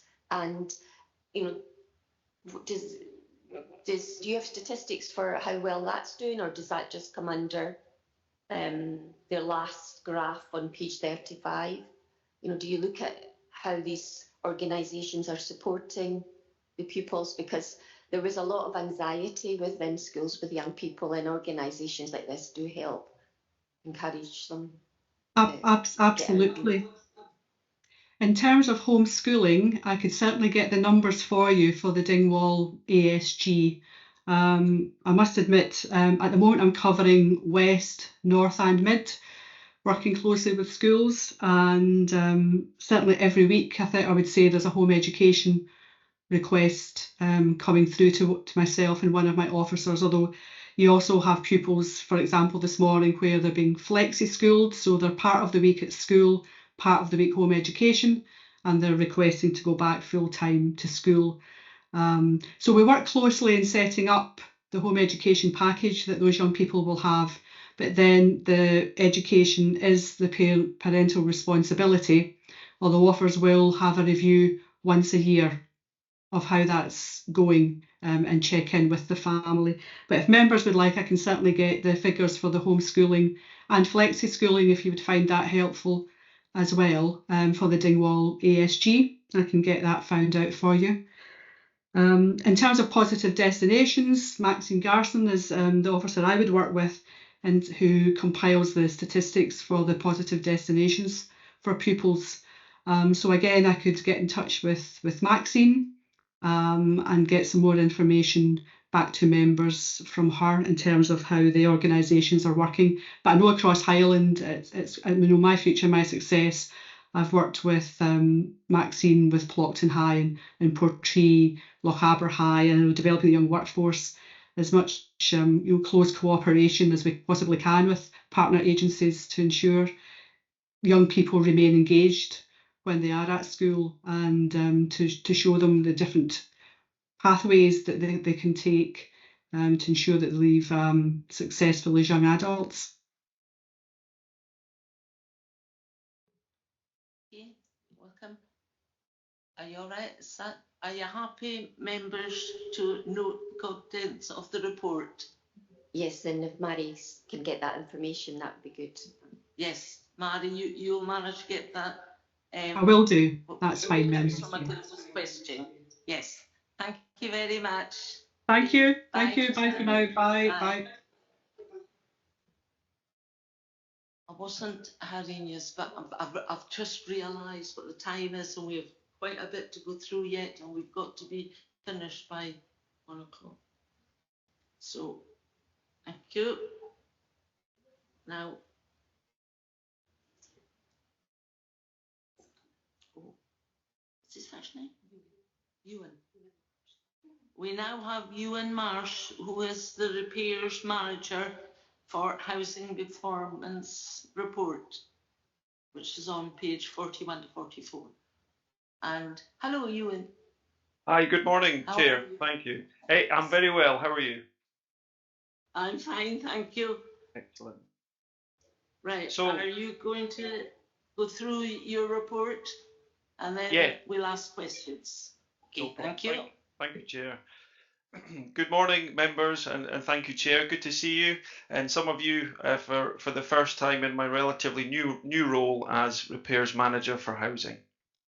So to take you through the main points of the Housing Repairs Performance Report, members are asked to note the performance from the 1st of April to the 31st of December 2024, which is up to the end of quarter 3. Now, section 5 of the report, it highlights our repairs performance, our emergency repairs performance. And as 5.2 illustrates, it's worth noting that emergency repairs is calculated in hours. So table 1 confirms that the council's target should actually be 12 members. I offer apologies for a typo of 5.5 hours there for the council's target. The Scottish Housing Network benchmark is 4 hours. So the council are working to a 12-hour target. So I'm pleased to draw your attention to the continued good performance for emergency repairs of 5.3 hours in quarter 3, which remains well within the 12-hour target. Moving on to table 2, this is for non-emergency repairs, and as per 5.5, this is measured in working days. So performance within the ward is good. However, it is just out with our target of 8.9 days. Non-emergency repairs have been affected by the decision to suspend some non-essential or low priority works. Although this has been lifted and we are progressing working through the backlog, but it has impacted our performance figures as we did expect to some degree. Moving down the report to table 3, which focuses on our void management. Void management is a measure of days for the whole relet process. So in general terms, it's when we receive the keys from the outgoing tenant, then we carry out the void's repair works, and then our colleagues in housing sign up the new tenants. We're currently reporting 62.84 days. It continues to be out with the target, however, with a slight improvement on the performance in quarter 2. 6.3 of the report, I offer apologies again, members. It appears the incorrect paragraph is inserted into the report with inaccurate detail. So I can provide the following information on void's performance. Due to the spend controls that housing repairs introduced previously, it's obviously continuing to impact our void's performance, as is evidenced through the previous few quarters of the year. We do have a dedicated voids and homeless accommodation repairs team workforce, and they're diligently prioritising housing management colleagues' void mainstream properties in conjunction with a recent high turnover of homeless accommodation. These continue to remain the team's priority in turning around voids as quickly as possible. As a management team, I can offer some assurance that we're looking at sensible ways to improve our repairs performance, obviously in line with our HRA budgets. Towards the end of the report, we have table 4. This is the capital investment summary. It's worth noting, members, that we are within a 5-year programme for capital investment. So this does allow for some acceleration and underspend, despite the summary being year specific that's presented for you today. Spend is itemised for you, members, but I will highlight a couple of points which is worth noting. Windows and doors, project managed ones that is, it's worth noting that on that contract, we have 2 contracts in the area that are ongoing, Muirvord and Dees Avenue. So we do have additional expected spend against that budget there. Roofing, this is capital roofing, so this isn't just repairs, this is full roof elevations or roof covering replacements. This this will roll over into next year if there's not a full expenditure, and we'll seek to have a programme to spend that resource. And finally, the environmental improvements for Ward 8. The local principal repairs officer has a project matrix that's tracking all of the projects, and that can be made readily available to members to track that spend. So I'm happy to take any questions, Chair. Thank you very much, Ewan. Yeah, I had to put one down here.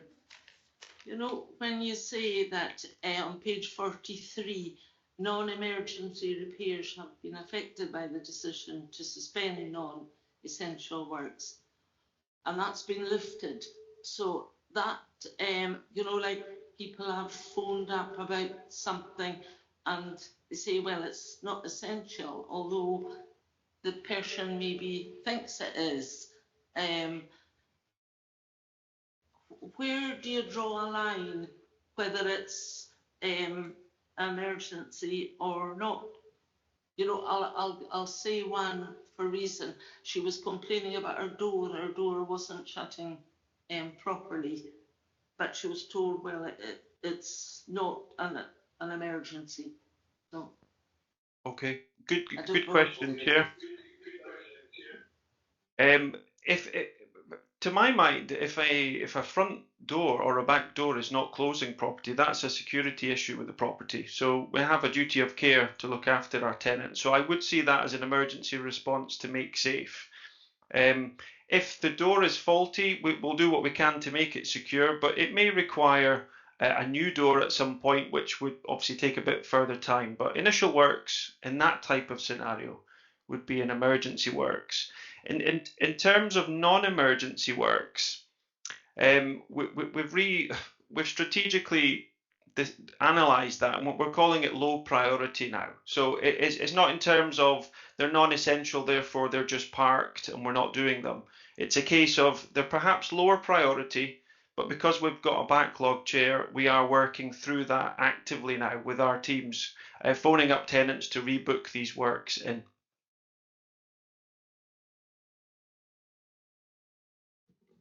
Lovely, thank you very much. That's just a good response. I can get back in touch with the person and explain it.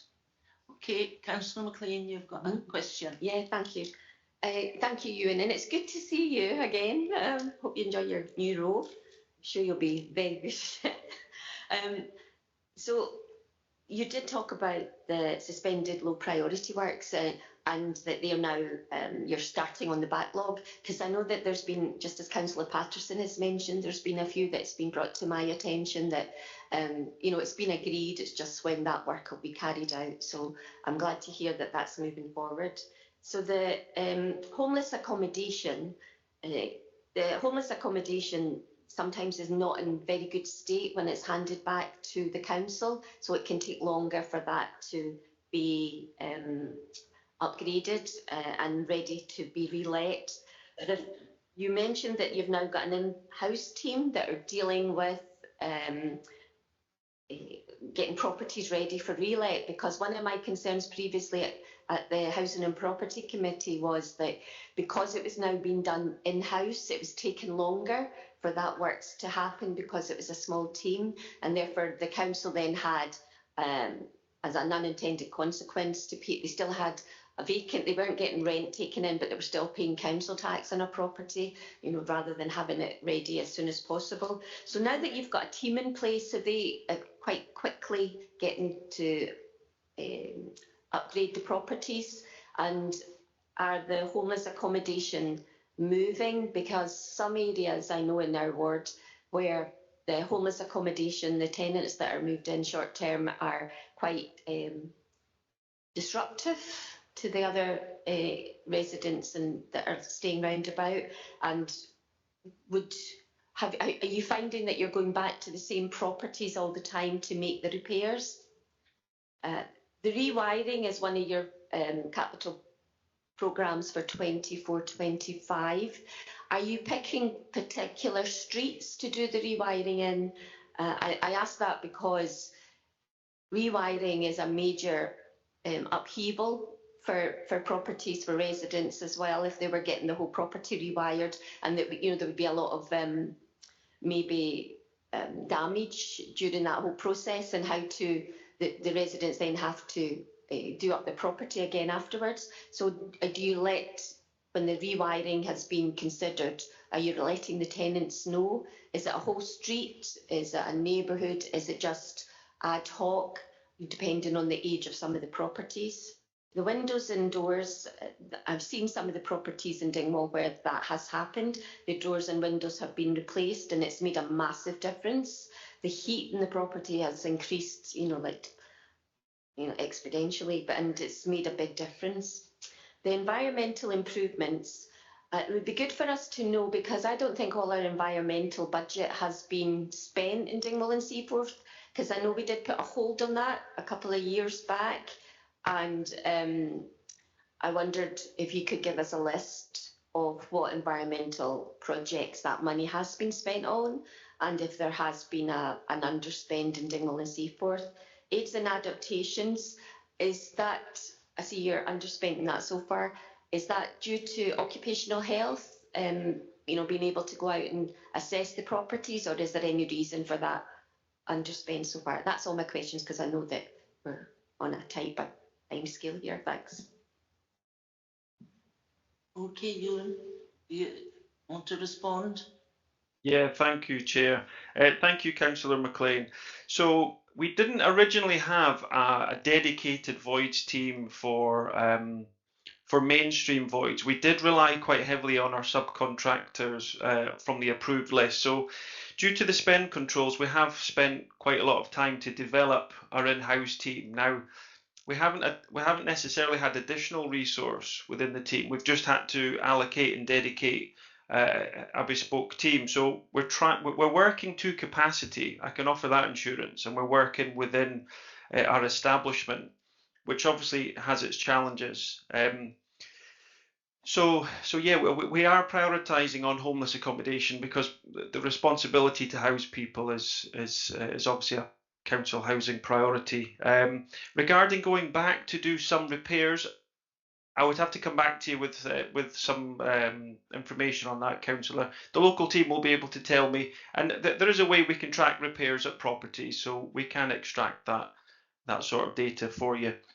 Regarding rewiring, we predominantly try to rewire in an organised fashion, i.e. not ad hoc. You'll be aware that the council is carrying out the EICRs, which is the 5-year periodical inspection and testing.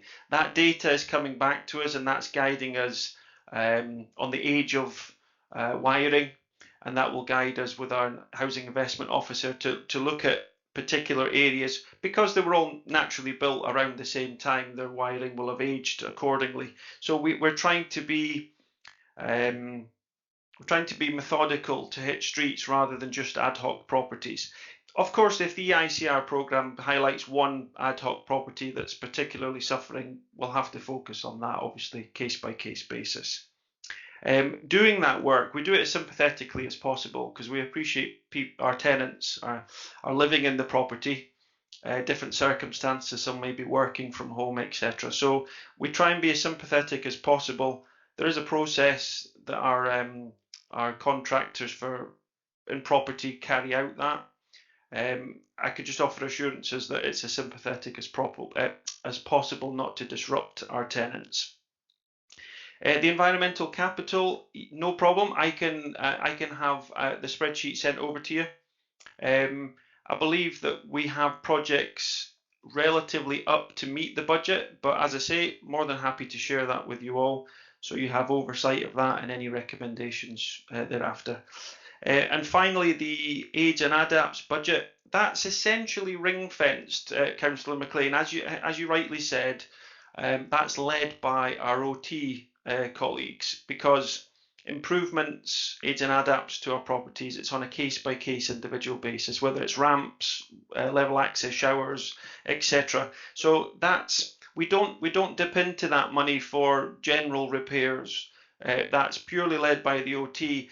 Regarding the OT's capacity, I'll have to refer to my housing management colleagues if they're struggling to get through all of their inspections, but that's ring-fenced for OT approved aids and adaptations for tenants. Back to you, Chair. Thank you very much, Ewan. Are you all right? Okay, members, are you happy to note the information provided on housing performances in the period 1st of April 2024 to the 31st December 2024? Are you happy? Okay, thank you. And thank you very much, Ewan, but you're here for the next one as well. Yes, yes, Chair. Do you want me to present that just now? Revenue. Yes, please, and then we'll discuss it. All right. Thank you, Chair. So, members, thank you for the opportunity to present the garage rents report to you today. So, as per 2.1, the committee is invited to agree a level of rent increase to apply to Dingwall and Seaforth garages and garage sites. So 6.1 of the report, this demonstrates the current position within the table. For clarity for members, garages are Highland Council provided garage structures, whereas garage sites are Highland Council provided land for the leasing party to provide their own garage structure. 6.2 confirms our occupancy levels and therefore the budgeted rent payable. 6.3 itemises rental costs for both garages and sites. 6.4, it's worth highlighting to members that the average garage rent Highland-wide is £10.93 per week and the garage site rent is £1.95 per week. 7.1, what we've done there, members, is we've highlighted the original rental increase for council house rents for your information at 8, 9 and 10%. As part of a consultation, the majority of tenants supported an 8% rise. But obviously it's up to you members where you decide to go for the garage rents. What we've done in the rest of point 7 is we've modelled out for you, for clarity, an 8, 9 and 10% model, which clearly demonstrates the costs that would be incurred by those leasing the garages or the land. Finally, 7.3, apologies for the date typo there, it should be 24/25 budget year. So hand back to you now, Chair, for consideration and a decision from the members.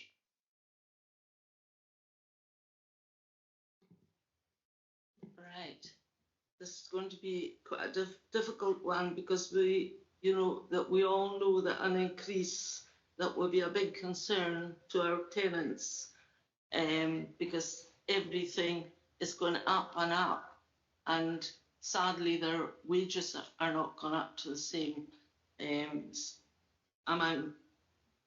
And some of the garages are not in very good condition.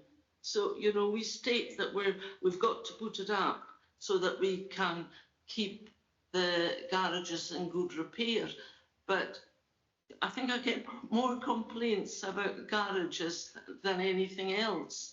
So, I mean, I don't think we'll agree to a high amount unless we get a guarantee that these garages that we are very unhappy about do get repaired, because the last time we put it up, we got a promise that they would be repaired, and sadly that's not happened. So I'm quite sad having to say this, but it's the truth. And I'm just going to cross to the members. Councillor McLean first. Yes, I agree totally with what you're saying, Chair.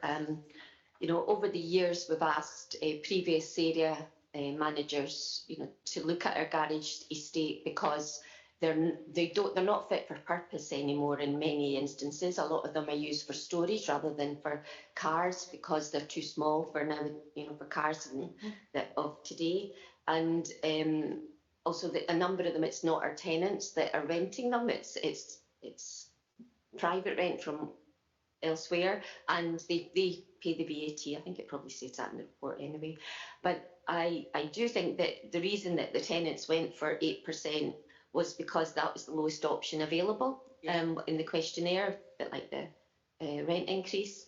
And I would be interested to know you, and if you've got the statistics on how much of the rent that is taken in from the garage rents actually goes back to repairing or looking at the sites. I mean, I think back in 2022 we had agreed that the council had agreed that they would review a lot of the, which is way before your time taking on this job, you and I appreciate, look at all the garages within our area and probably elsewhere too, because we'd have concern that some of them were in very poor state of repair, and also that they weren't fit for purpose anymore. And what is the point of just keeping those buildings there? We should decide what to do with them. And we've had that all round the ward. We had housing had contacted in Maryborough. There's a number of wooden garages, and I know there are in Muir Ward too that has been raised, and they had gone to the community council in Maryborough. They had given them the names of some of the owners of the garages too, and so there had been some work done, and then you keep saying COVID, so things stop and then they don't come to a completion. So I think as a ward we would be very interested in finding out about the garages, what state they're in, how much of the income that's generated from rents of garages goes back into repairing them, because I don't believe it's ring fenced. I think it might go into the main HRA account, and then you allocate some of that. I suppose it's a bit like roads and pavements. You concentrate on roads, but pavements are just important for people, just as important. And I probably have an amendment when the time's right, Chair. So that's just my questions. Thank you, Ewan. I totally and utterly agree with what the chair and Councillor said. Any kind of, I'm reluctant to go for any increase because of exactly what was said. So people are allowed, should get something for them. A garage is leaking; it should be repaired, and it doesn't seem to get. Do look. It's only it's not very much, but it's still £1 a week sort of thing. And I understand we probably have to put it up slightly, but I don't know if I would go as far as 8%. And I would look at it next year if we get some reassurances that some of the money might be put back to repairing some of the garages in Dingwall and Seaforth. Then I might be a bit more sympathetic with the council to put the rental up a little bit more next year. But as it stands at the moment, I find it hard to persecute the people who are renting these garages when they ask for repairs and they don't get done. Yeah, I'm a bit concerned as well. If our garages were indecent, like one guy said to me that there's the drains, roads have gone, and if it's a wet day, when you go to open the doors, you get a shower because it's, and I don't think people would object if it was in a better state. So, and I know that we have to put it up a little, but I even think 8% is too much, and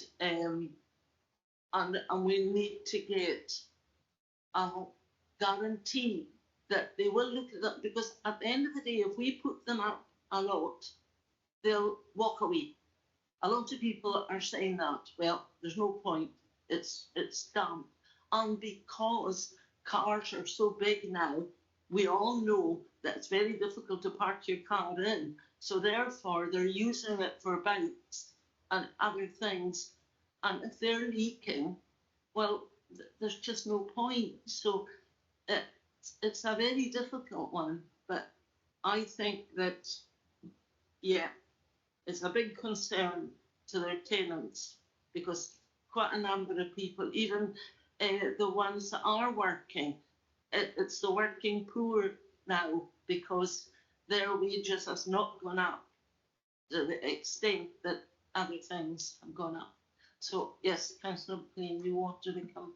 Yes, so I just wanted to suggest a motion. I know you, or Yes. even if it's just agreed, I don't mind. Well, it would have to be a motion unless we don't agree with it. So the garage rent's one of the few things that as an area committee through participatory budgeting that we're allowed to make a decision on. You know, so I would like to, I mean, the audit and an action plan that we talked about back in 2022 has, as far as I know, hasn't come back to us. And I wondered if we, rather than agreeing an 8, 9 or 10%, which are the 3 options proposed, if we agreed to increase the garage rents by 5% for 25-26, and for a report to come to the next Dingwall and Seaforth committee outlining how the garage estate can be improved using the total budget available from the collection of garage rents in Dingwall and Seaforth, because it's my understanding that we only get a proportion of it, and I could be wrong, but it would be useful to know exactly how much of the garage rents goes back into making improvements to them, because I agree with what you both said. That's what comes back to me. That's the dampness, the water coming in, that, you know, they're just not in a, some of them have been done up, but most have not. And I think that can be seen by the 57 vacant garages that we have. It's either they're not fit for purpose, or there's another reason that they're not being rented out. So I don't know what your thoughts are on that. Well, personally, my thoughts was about 6%. Well, that It was up by 6%. no, that's because I've spoken to quite a few people with garages, and they said they didn't mind it going up a little, but 8 or 9 or 10%, which is far too much. So I don't know what, Sean, what's your thoughts? I think in the grand scheme of things, we're not particularly talking a lot of money. You know, the difference between 5, 6. I would go along with Councillor McLean in this and say 5%. What's been said. Find out exactly how much we should have coming back to be used on Dingwall and Seaforth garages, and if we've seen a little bit of improvement of doing some services to the garages, then you know, if the members of the public who are renting these see that they're getting a little bit more fit for purpose, then we might have to take a decision to put it up a little bit more than probably next year. The one thing that I would say about it, and it has been said, you know, that they're probably too small for parking cars and everything like that. It does kind of, if people are doing it as a storage unit, it's a cheaper way of doing it than maybe going elsewhere. So, you know, but I'm swaying. So, but I don't think I would go to, you know, I think we've got to support the people we represent a little bit this time, and I go along with Councillor McLean and 5%, and you're getting a little bit more into the council coffers. But let's see if we can spend it wisely to maybe going forward, we wouldn't have such a hard decision to make. Yeah.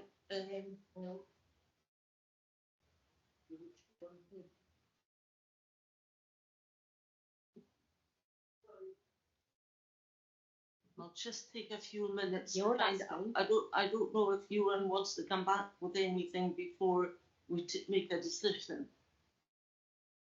we'll let him. Yeah, thank you, Chair. Just to confirm Councillor McLean's understanding, the rent does come into the HRA ring fence budget. So it doesn't go into a separate garage budget. It comes into the overall, and then repairs for garages as and when required have to be factored into the housing budget. I was involved in a project when I was the principal in Inverness and Nairn to have, probably referring to your comment, Councillor McLean, about the garage condition reports. I was part of that down there. What I will do is I'll specifically check how far advanced my new team are in your ward and ward, sorry, in terms of inspecting them and having an indication of their condition. If that's not been done, I'm sure we can arrange to have that done, because that will guide next steps, obviously.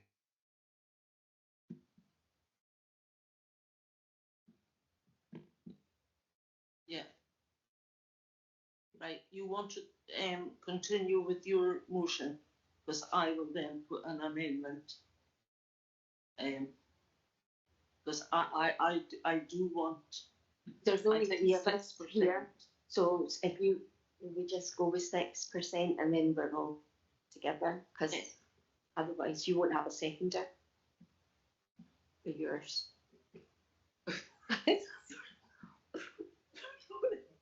Sorry.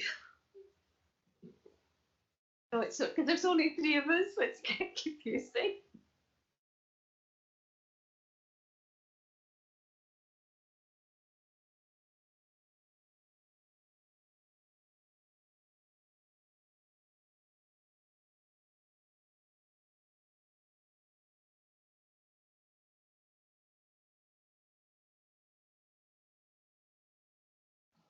We Chair, have to take advice because there's only 3 of us. Chair, So I know I'm going to lose straight away. no, Chair, I think if this will make it any easier, Councillor McLean and myself will go along with 6% with what you're saying. Does that make it easier? I mean, I'm very happy with Angela's what she's saying. I think we need to know, but I think we should put it at 6%. And I was going to put forward a motion 6%. So are you agree with that? Yes. So we don't take the advice. It's all right. I was getting advice what we do about it.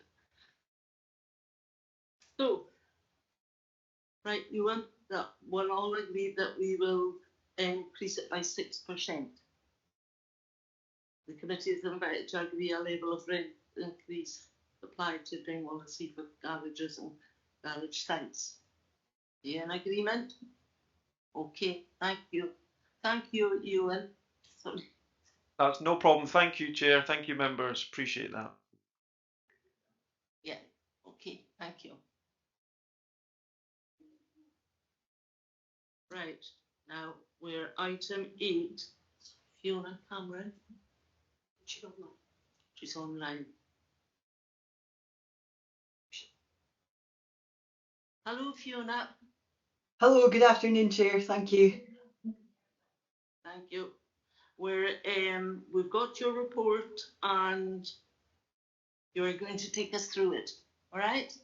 Yes, thank you, Chair, and good afternoon, everyone. I'll keep this quite brief because I know you have quite a lot of other business to get through, but be more than happy to answer any questions that members have or provide other information following on from this. So you'll be aware that the Community Regeneration Fund is actually an umbrella term for a number of different funds, and the main 2 that have been coming to Dingwall and Seaforth have been the Place-Based Investment Programme and the Highland Coastal Communities Fund. As it stands at the moment, we've got a balance of £162,541.90 sitting within the Place-Based Investment Programme available for the Dingwall and Seaforth area. Members will probably also recall that at the 19th of February meeting of the Area Committee last year, there was a decision taken to ring fence any remaining grant within that 23-24 allocation to deliver priorities that emerged from the area-based plan and the development work that was going into that.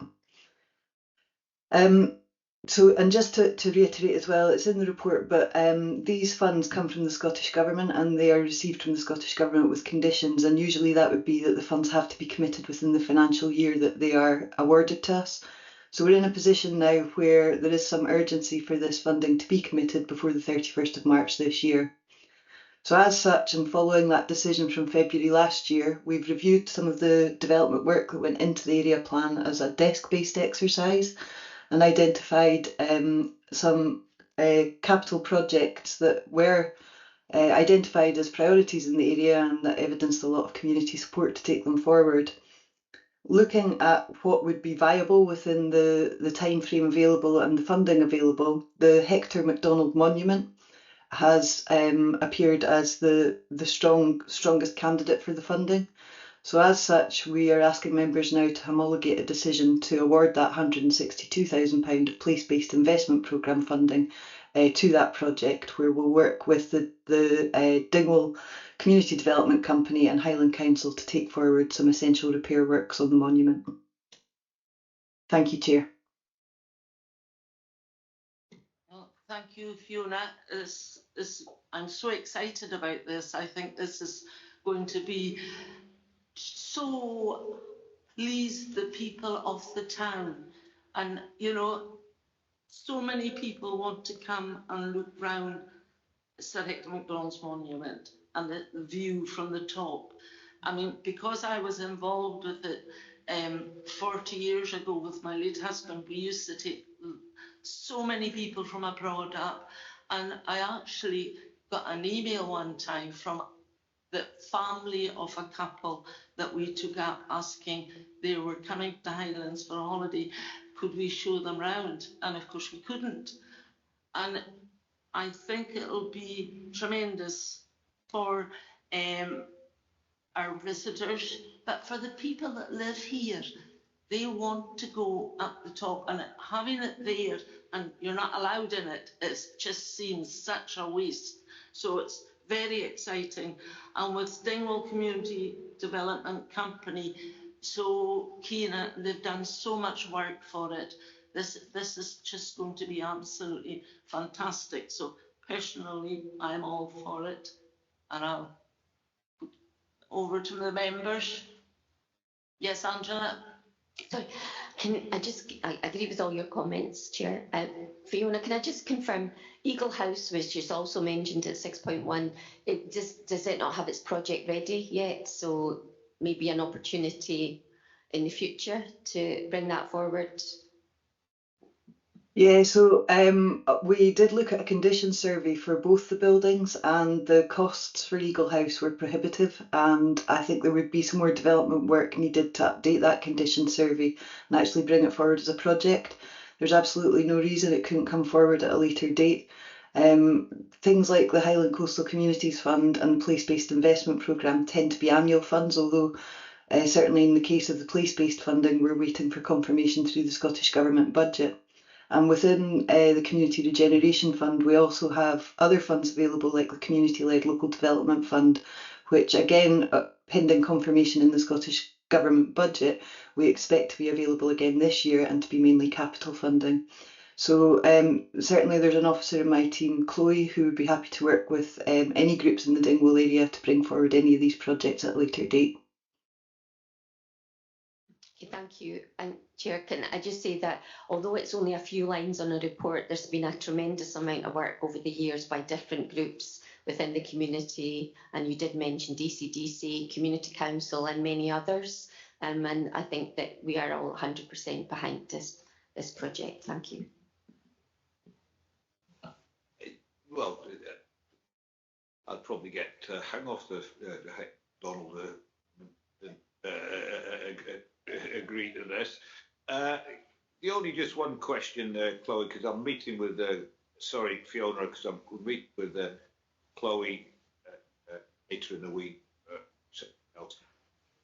Is this going to absolutely wipe out the fund for this year, which I know we've got to do, though. So we and it is going to then get refunded next year if for other projects.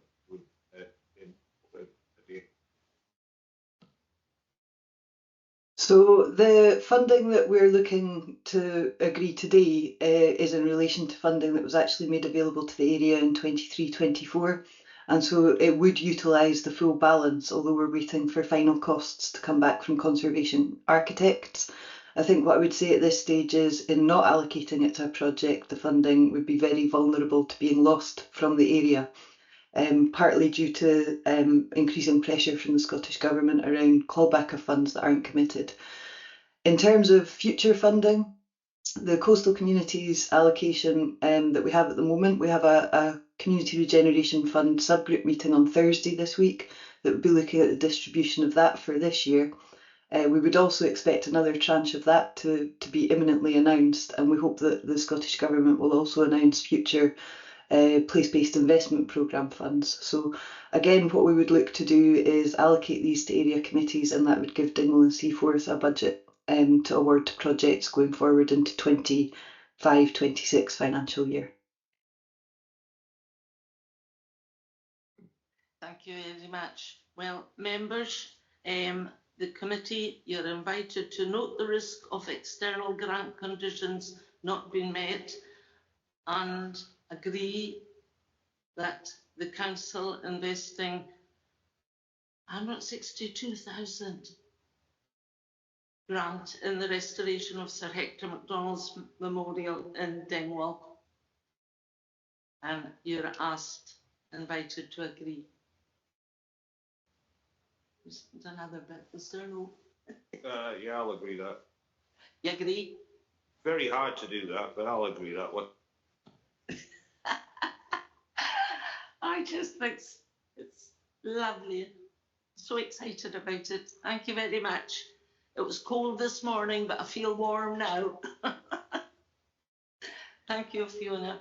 Thank you. Thank you. I'm going to be on now. Oh, right. Item 9 is Dingwall Common Good Fund, and Lynn is going to take us through this. Thank you. Thank you, Chair. Thank you, members. Good afternoon. The annual accounts and financial monitoring, final monitoring, from the last financial year, along with the current financial year Q3 monitoring, are detailed in the report, along with the proposed budget for 25-26 in respect of Dingwall Common Good. I'm very happy to take any questions from you members. A couple of items to highlight. For the current financial year, the 2024-25 Q3 monitoring statement highlights predicted income and expenditure against the budget, estimating a year-end surplus of £18,564 to be added to reserves, and the proposed budget for 25-26 reflects the 24-25 budget, also anticipating a year-end surplus of £18,564 also to be added to reserves. Very happy to take any questions through you, Chair. Thank you. Thank you very much, Lynn. Is there any questions, members? Yes, Councillor McLean. I've just got one, just for clarity, or maybe I should know this. At 4, I agree to delegate the community support and engagement team power to approve expenditure up to £10,000 in relation to Dingwall and Seaforth Common Good within the annual budget, following consultation with members. Why are we needing to do that? What's changed from, because you would consult with us anyway. That's my question. Thank you, Councillor McLean. Yes, you're absolutely right. That's standard and that's no change. It's just at this point in the year, at this stage in reporting, it's a matter of due process to ensure that members are content with that continuing arrangement. So absolutely all discussions would be had with members. I hope that reassures. That's my understanding, certainly at this point in the process. This is at this report in the year's reporting. That's when this is brought forward. Thank you. Yeah. Just a very quick one. Yeah. Just go ahead. So in the common good, 280.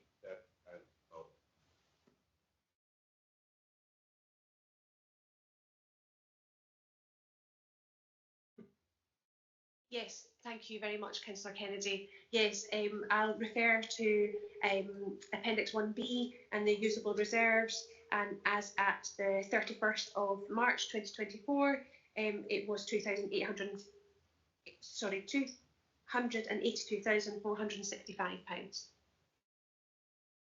You content with that, Councillor? It's just all good news, isn't it? Yes, of course I'm good. Thank you. Right. So we have to now, no more questions? No. We have got to, as invited, to consider and agree the Dingwall and Seaforth Common Good Fund Statement of Accounts. Do you agree to that? Scrutinise and note the position of the Dingwall and Seaforth Common Good Funds. All right. And approve the proposed budget. And the last one, agree to delegate to the community support and engagement teams power to approve it. I find this one quite difficult as well. I've underlined it, sort of. What's all that about? So,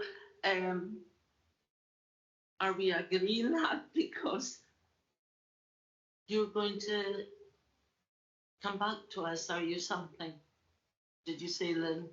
Thank you, Chair. Yeah, as it explains there, this is the decision would be taken. It's a delegated power, but it's about consulting with members. So that would usually be in, for example, a ward business meeting, where it would be discussed. And as I was explaining to Councillor McLean, it is a standard part of the process.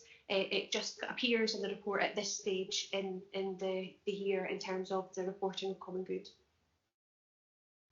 I suppose previously it would have been the ward manager or Helen Ross that would come and report, and now that we've got a team of community support and engagement, it doesn't matter which one of you comes. Is that maybe it covers that? Yeah, I think that's probably a fair summary, Councillor McLean. Yeah, it reflects the team, so rather than an individual, it may be, as you mentioned, it could be another colleague who may bring a recommendation to you. Yeah. So we will be consulted. Absolutely. That was the one that was. So we're agreeing to that. All right. Okay. Thank you very much.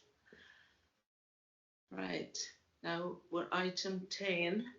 Dingwall and Seaforth Ward discretionary budget applications approved since the last meeting, and that is just for noting. Yep. So is that noted? And then the minutes, well, the minutes have been approved, so we just noted that. That's fine.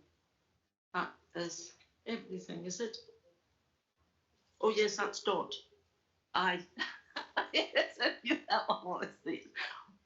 Thank you very much, Chair. I'm happy to take you through apologies. No, it's me. I was going to say, did anybody want a break, or we'll wait till we're finished? Yeah. Okay, Dot. Thank you. Thank you very much, Chair and members as well. Thank you. So, as you're aware, the creation of the area police plans across Highland was a commitment agreed in 2021 by both the Highland Council and the Highland Community Planning Board as part of the development of a place-based framework across each committee area. So you have the report before you today. The implications are set out in section 3 of the report. Members will also note that in section 4 that the integrated impact assessment screening has only identified either positive or no impacts arising from the plan. The purpose of the area plan is set out in section 5 of the report, really with the aim being to consolidate local priorities already within existing plans and also draw together community aspirations with priority issues and outcomes for local development and community planning to secure a clear, accepted way forward for every area. So you're all very aware that a comprehensive engagement process has been running since early 2024 and has culminated in the plan that you have before you today, which is set out at Appendix 1. The plan sets out the aspirations and ambitions of the Dingwall and Seaforth communities, and you have the key priorities set out at paragraph 6.5. So these have been broken down into the 3 headings of people, place and prosperity, reflecting the strands of the Highland Outcome Improvement Plan. would say, however, there are many more comments and issues contained within the other appendices which also need to be considered and give a really qualitative sort of impression of the area. There's some really nice comments in there. Finally, members, recommendations are before you and were set out at section 2 of the report, and happy to take any questions.